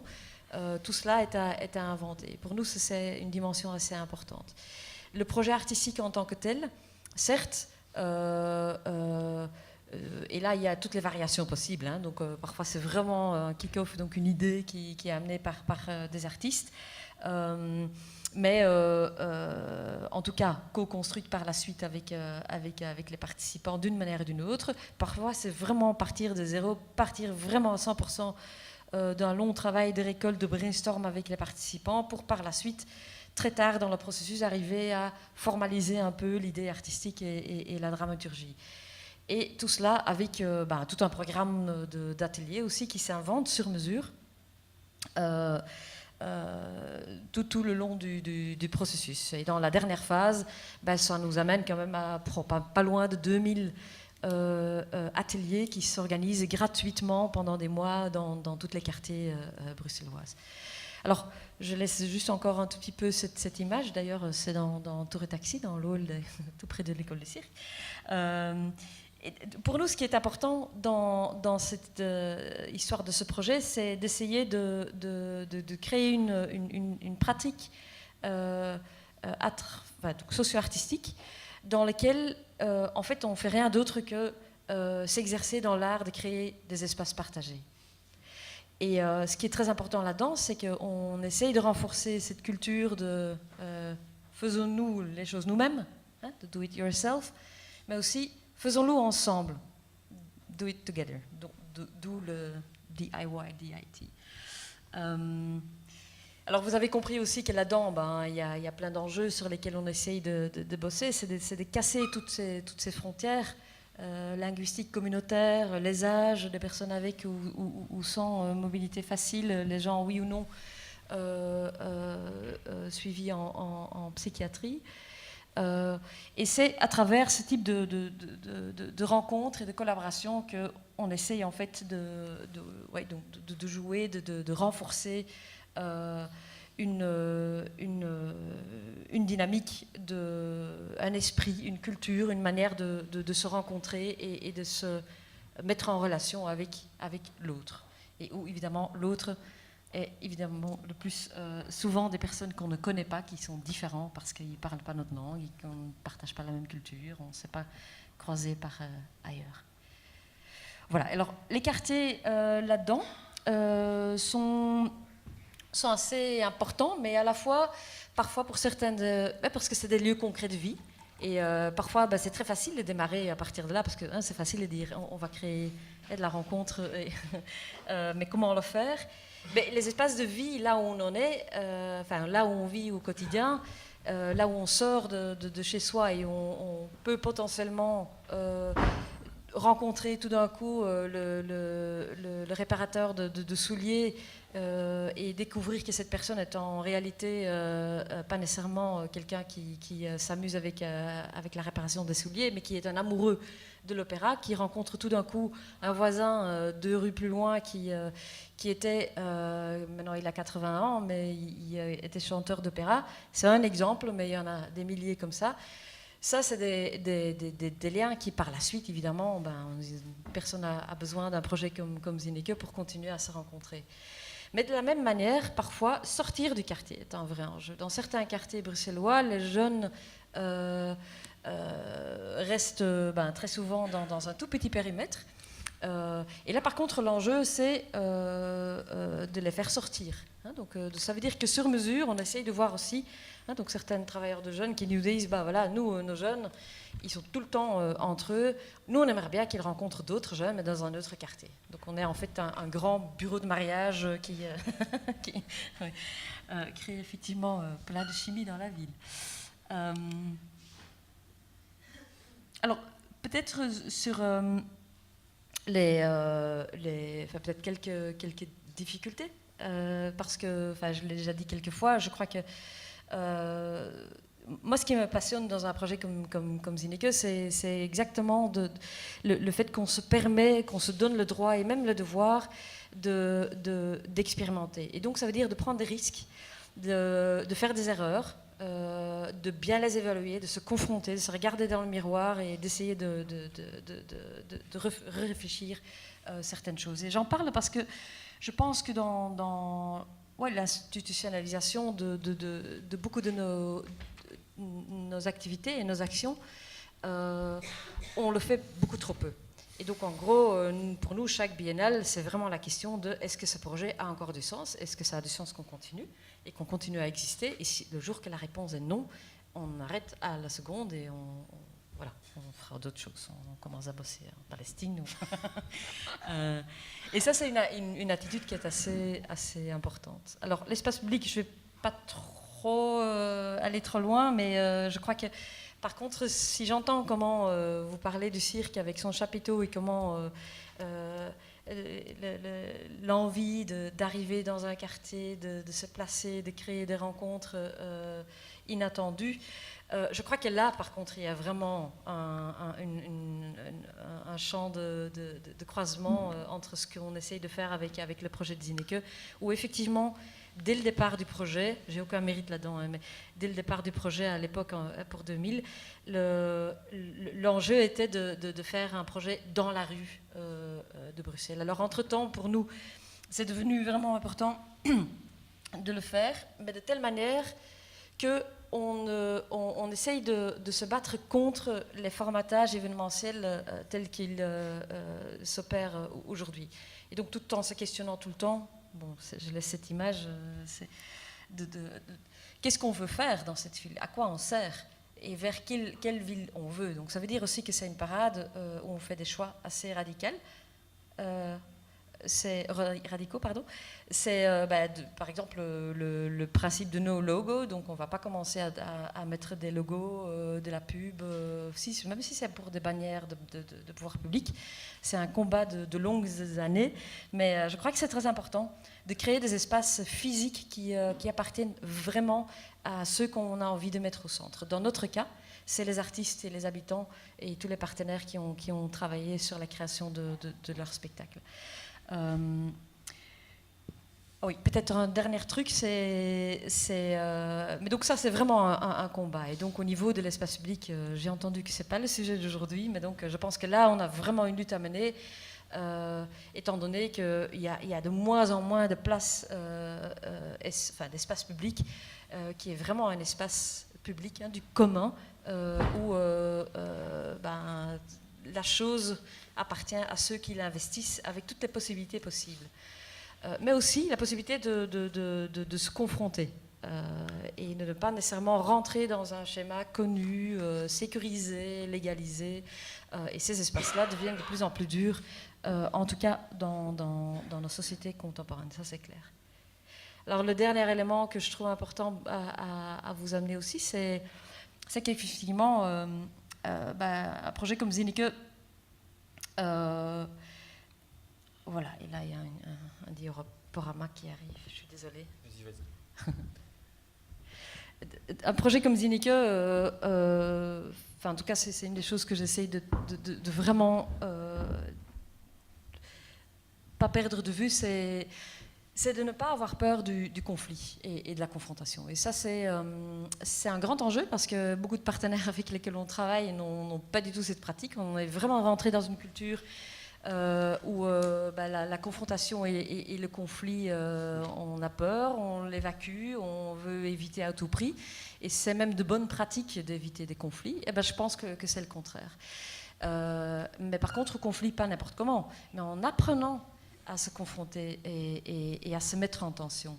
Et je pense que là, on a à nouveau un très grand chemin à faire. Hein. Donc si on entend, comme dans certaines zones du monde, on doit passer par la guerre pour par la suite ne plus jamais en sortir, on sait que c'est un risque et un danger extrêmement important et qu'on a absolument intérêt à apprendre et continuer maintenant à nouveau à investir dans nos nouvelles générations de ce que c'est apprendre à gérer un conflit autrement que par la violence. Et là, je crois que là, avec les pratiques artistiques qu'on essaye de défendre dans une dimension sociale, je ne dis pas que toutes les pratiques artistiques doivent le faire, mais s'il y a une ambition sociale, je crois que là, il y a réellement une dimension à ne pas oublier.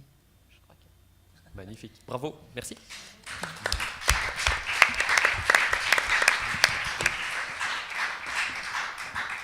Merci Myriam. Oui, tu es au cœur du sujet qui est la pacification et à nouveau, je suis sûr que tu as éveillé beaucoup de questions dans la salle.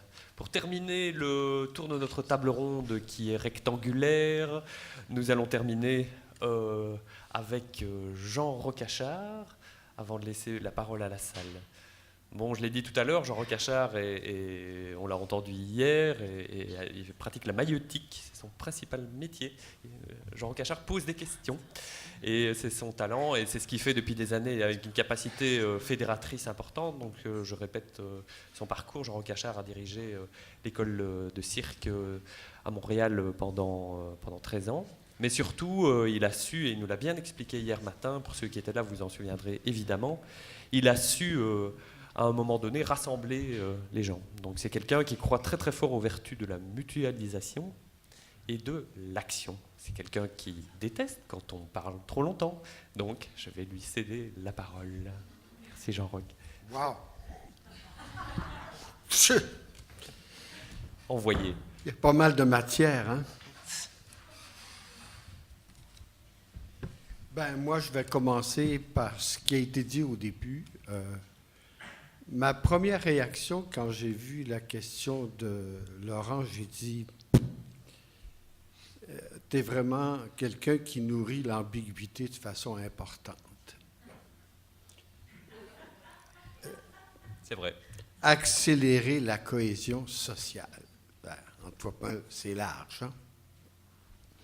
Alors, je me suis permis, à partir de là, de faire une distinction qui est arbitraire, qui est la mienne, entre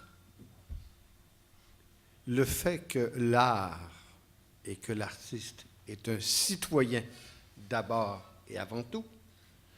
Mais qu'est-ce que ça veut dire être citoyen? C'est pas nécessairement être sur un socle, ça veut dire être sur le terrain, être là où ça se passe. Et la cohésion sociale, je pense que l'art, de façon générale, a à sa façon des façons d'exprimer des problématiques, des difficultés, des X, Y, Z, qui ont une connotation sociale. Je pense qu'on peut difficilement s'en sortir. Sauf que je fais une différence importante entre ce que je pourrais appeler de la cohésion sociale et l'art qu'on utilise comme un des moyens de faire de l'intervention sociale. Et là, pour moi, je deviens un petit peu plus asceptique.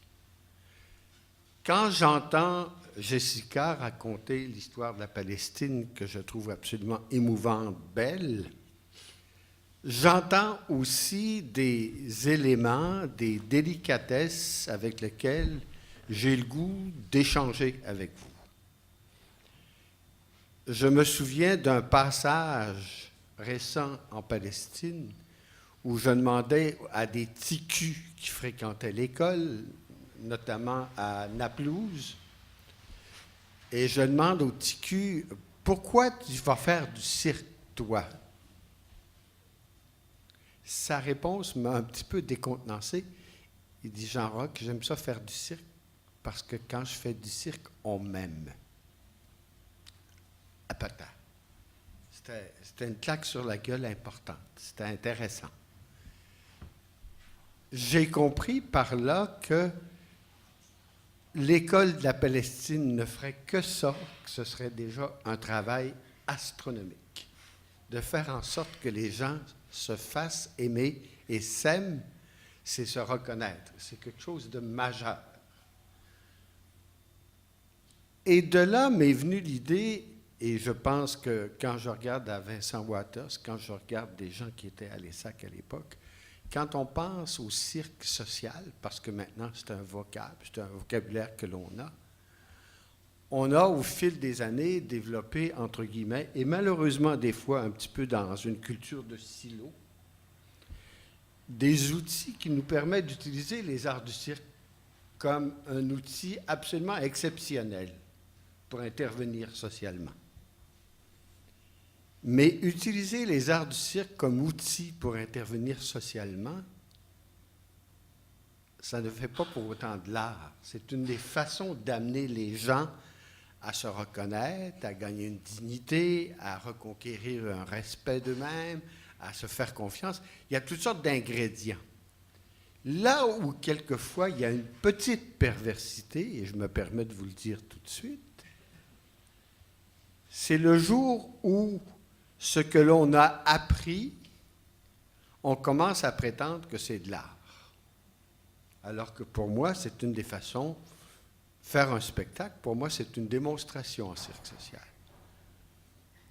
Et là où ça devient délicat aussi, et ça peut être le piège dans lequel la Palestine va tomber, mais dans lequel plusieurs activités de cirque social sont tombées, c'est le fait de dire que par la suite, ah oui, on a appris des choses, maintenant on devient des professionnels. Je pense que c'est important de faire des distinctions. Je pense que c'est important de faire quelque chose qui va nous permettre d'avoir un respect des uns des autres. Je pense qu'un gamin ou une gamine qui est capable de jongler à 3 balles, tant mieux, c'est intéressant. Il apprend des choses sur lui, il apprend des choses souvent avec les autres, mais il n'est pas devenu pour autant un artiste, là. Et je ne suis pas en train de dire que l'artiste, c'est quelque chose d'absolument out of this world, mais il y a quand même une réflexion, il y a un passage. Je pense qu'Antoine t'a parlé de maturité tantôt. L'art, c'est aussi un exercice où on macère les choses. Alors, je veux qu'on fasse attention à ça. Je veux qu'on fasse attention sur le fait que l'art peut être utilisé pour intervenir socialement, mais l'art, dans sa pratique, ce n'est pas une intervention sociale. En tout cas, moi, j'en fais une distinction. À prendre ou à laisser. Il y a le fait aussi, et ça, pour moi, ça me touche beaucoup, Antoine, moi, des hosties de parking. Je parle de parking quand je parle d'un théâtre où je m'en vais jouer un soir, j'arrive à 14 heures, je monte mon décor, et à 23 heures, mon camion est fermé, puis je reprends la route. Ça, je ne vois pas d'intérêt à ça. Et au cirque, on peut échapper à ça à cause du chapiteau. Le chapiteau, pour moi, vient avec des obligations de communication avec les gens où on va. Il faut demander des permissions. Il faut travailler avec des collaborateurs. Il faut trouver des façons de s'associer à des gens. Et quelquefois, et ça, en tout cas, je dois dire que là-dessus, j'ai été frappé depuis plusieurs années, l'aspect convivial, le lunch qu'on a avant le show, le bar qu'on a après le show, ça, c'est quelque chose d'important sur le plan social. C'est une rencontre de médiation entre des artistes qui ont besoin d'entendre parler de ce qu'ils ont fait, mais du public qui a aussi le goût de parler et de partager. Les palettes en feu au milieu des caravanes, ça, c'est super. Et ça, quand je regarde un certain nombre d'exemples, même d'institutions, je me souviens à la Villette, il y a quelques années encore, tu t'en allais à l'espace, cirque, et avant, tu pouvais aller prendre ta soupe, puis tu pouvais aller voir quelqu'un se maquiller, se beurrer, puis tu pouvais jaser, tu allais le voir, puis après ça, tu pouvais le retrouver. Il y avait quelque chose de magique et de majeur là-dedans. Je pense qu'une compagnie de cirque, par rapport à d'autres formes d'art, et là, je suis chauvin, a cette possibilité-là. Nous, on peut aller à la rencontre du public, notamment quand on travaille en chapiteau. Et c'est fascinant d'aller à la rencontre du public. Il faut des fois apprendre à connaître où est-ce que je m'en vais. C'est-tu à Saint-Charles ou à Saint-Joseph? Puis qu'est-ce que c'est Saint-Charles? Puis comment je vais y être? Puis qu'est-ce que je connais de ça? Il y a toute une dynamique là que j'appelle de cohésion sociale. Et je trouve ça essentiel. Puis là, je vais vous donner un exemple qui va vous faire c'est un petit peu. Je pense à l'exemple que j'ai vécu quand le Cirque du Soleil m'a demandé et m'a confié comme mandat de trouver des espaces pour travailler ici sur le territoire français et belge. Laissez-moi vous dire que ça a été un exercice plutôt pénible. Mais ce qui est devenu fort intéressant, et on parle de cohésion sociale, le Cirque du Soleil ne pouvait pas débarquer sans parler à la préfecture, sans parler à des gens où il hébergeait des gens, sans parler du fait qu'il y avait besoin de personnel, etc., etc. Il y avait quand même à la fois une dimension d'impact économique, mais il y avait aussi une dimension d'impact social relativement important. Quand tu es là pendant 3 mois, là, c'est pas un passage, c'est pas le parking, tu rentres puis tu sors le soir. Alors, moi, je pense qu'on a une préoccupation, puis j'en parle et je reviens avec la notion de citoyenneté parce que je pense à la directrice de l'ESAC qui est là, et pour moi, c'est important. Ce sens citoyen, ce sens social de l'artiste de cirque, l'école qu'il fréquente, son école supérieure, peut induire des choses importantes là-dessus, peut l'amener à ça. Et là, je fais le détour par la Zineke. Parce que quand les gens de cirque s'en vont travailler dans la rue, il n'y a plus cette protection, il n'y a plus cette sécurité. Mais en même temps, quel rapport direct, dur, violent, cette confrontation avec les gens, mais en même temps, il y a des rencontres possibles dans la rue. Puis des rencontres qui ne sont pas hiérarchisées. Tu as beau être le pape dans la rue, François, c'est la même chose que Laurent. C'est la même maudite affaire. Il est sur le même trottoir, il n'y a pas de socle. Je pense que ça, pour moi, c'est des dynamiques de cohésion sociale importantes. Malgré que dans le cas de la Zineke, puis peut-être que je me méprends ou je prends des mots qui n'ont pas de sens, mais il y a une dimension de médiation culturelle importante aussi là-dedans. Une espèce d'apprivoisement de l'artiste avec celui qui le consomme ou avec lequel il va travailler, comme l'inverse aussi.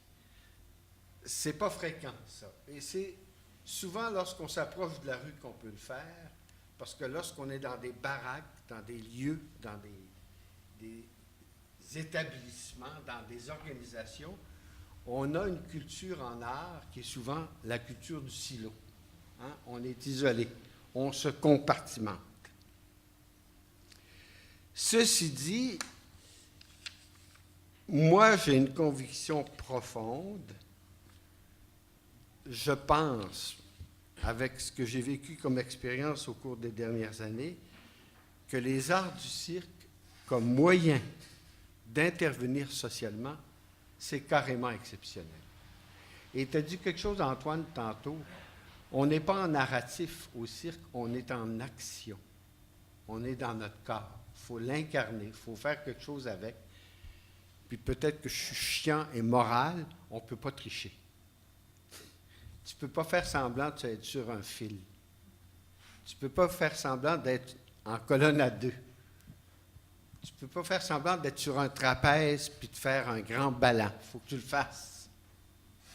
Et c'est des gens ordinaires qui font des choses exceptionnelles. Et là-dessus, sur le plan social, quand je regarde cette espèce de croissance phénoménale à travers le monde où le cirque social a pris une place, je pense que ça fait partie des ingrédients importants. Le TICU qui dit « Hey, moi, j'ai travaillé avec quelqu'un de 30 ans, puis je ne le connaissais pas, puis il me fait confiance. » Ou je lui fais confiance, il me porte sur ses épaules, puis il ne me fera pas tomber. C'est énorme, hein? C'est majestueux. Et si on revient avec l'exemple de Jessica du côté de la Palestine, il y a quand même des garçons et des filles qui travaillent ensemble de temps en temps, hein, qui se regardent, qui se touchent. Ils ne se plotent pas, là. On est encore en pudeur. Mais en même temps, il y a un rapport intéressant. Alors moi, je me dis, il y a dans les arts du cirque cette espèce de force-là. Il est clair qu'on a, pour moi, à jouer de prudence avec ce qu'on peut faire là-dessus. Et je vais me permettre d'être un petit peu vicieux, pour ne pas dire pervers. J'ai vu beaucoup de mouvements de cirque social se transformer au fil du temps dans des entreprises dites de création, avec des prétentions de création, de production. Dès l'instant où elles ont commencé à faire ce type de démarche-là, le travail social pour lequel elles avaient une raison d'être vient de disparaître. Parce que le petit cul dans la rue que j'ai amené à travailler avec moi, que j'ai souhaité inviter à se découvrir, là, je ne le regarderai plus de la même façon. Je vais regarder si le petit cul va bien me servir dans mon prochain show. Je deviens sélectif, non pas sur le plan social, sur le plan du résultat que je veux obtenir. Il y a une deuxième particularité, et celle-là, il faut la reconnaître aussi. Je reprends l'exemple de la Palestine parce que je le connais. À plusieurs reprises, au cours des dernières années, l'école de la Palestine tourne en Palestine. Au départ, je dois dire que quand j'ai parlé à Chadi puis Jessica, je disais « Sacrement, c'est dangereux ce que vous faites là. » Jusqu'au moment où je dois comprendre que pour parler des arts du cirque, il y a une façon de le faire souvent qui est très efficace, c'est d'en montrer. Et quand les petits culs de Ramallah débarquaient à Naplouse, puis que les jeunes de Naplouse disaient « Hey, t'es palestinien, puis tu fais du cirque, moi je peux en faire, moi j'ai le goût d'en faire. » Ah, il y avait une belle contamination. J'aime ça, ce type de pollution-là.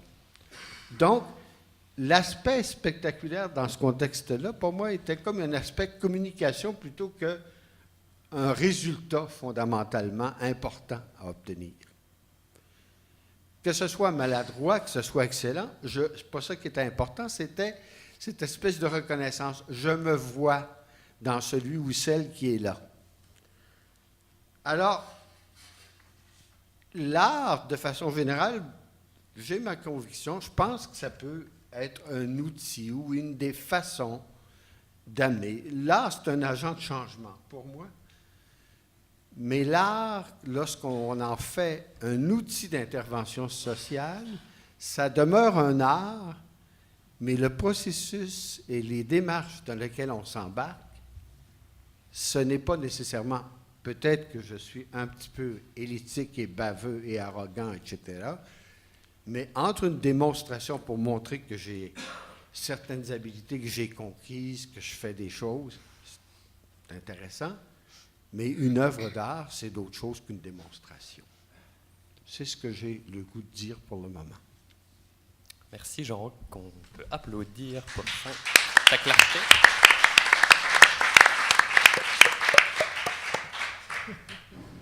Jean-Roch mérite bien un applaudissement original. Eh bien voilà, merci à vous quatre. On va à présent écouter ce que la salle aura envie soit de dire et d'amener dans le débat, soit de vous poser comme question. Le sujet est tellement vaste que je ne peux pas croire qu'il n'y ait pas 1001 questions dans la salle. Nous disposons d'un élégant micro tenu par Cyril Plançon en personne, qui est un être très gentil, donc n'ayez pas peur de lui, de son approche. Voici une prise de parole de Virginie Jortet, directrice de l'ESAC. C'est chouette, en règle générale, et important pour chacun, d'abord qu'on vous voit, parce qu'il y a une sale colonne, là moi j'ai trouvé hier que c'était parfois... le bras c'est magnifique, pardon, j'ai pas voulu dire ça, je veux dire là en l'occurrence, donc voilà, peut-être ceux qui parlent se lèvent, merci, et se présentent, merci. Bah, tu m'as présenté, donc voilà. Eh bien tu le refais. Virginie Jortet, direction de l'ESAC à Bruxelles. J'ai pas vraiment de questions, mais j'ai plutôt une réflexion à ajouter, c'est que le cirque travaille sur le commun, tout ce qui est communautaire, la commune, les politiques communautaires, en fait. On travaille toujours sur la rencontre de l'autre, sur tout ce qu'on partage avec l'autre et ce qu'on peut partager avec le public. Et la racine du mot commune, son inverse, c'est immune. On dit une politique communautaire, on dit une politique immunitaire. Et ce qui me revient, c'est le même mot, c'est la même racine. Et quand j'ai appris ça, ça m'a totalement bouleversée parce que je pense que le cirque contamine. Et son but, quand on plante un chapiteau dans une commune, c'est qu'on contamine. On ouvre la porte, on ouvre le pan du chapiteau, on laisse passer. Qu'est-ce qu'on laisse passer? Les microbes, les gens. On laisse passer, on transmet des fluides. Et donc cette communauté par rapport à l'immunité, pour moi, le cirque la pose dans toutes ses formes. Voilà, c'est juste ce que j'avais envie de partager avec vous. C'est très joli. Peux-tu juste ajouter quelque chose, Virginie? Parce qu'il y a un symbole important pour moi au cirque, quand on est en chapiteau, c'est que le public se voit.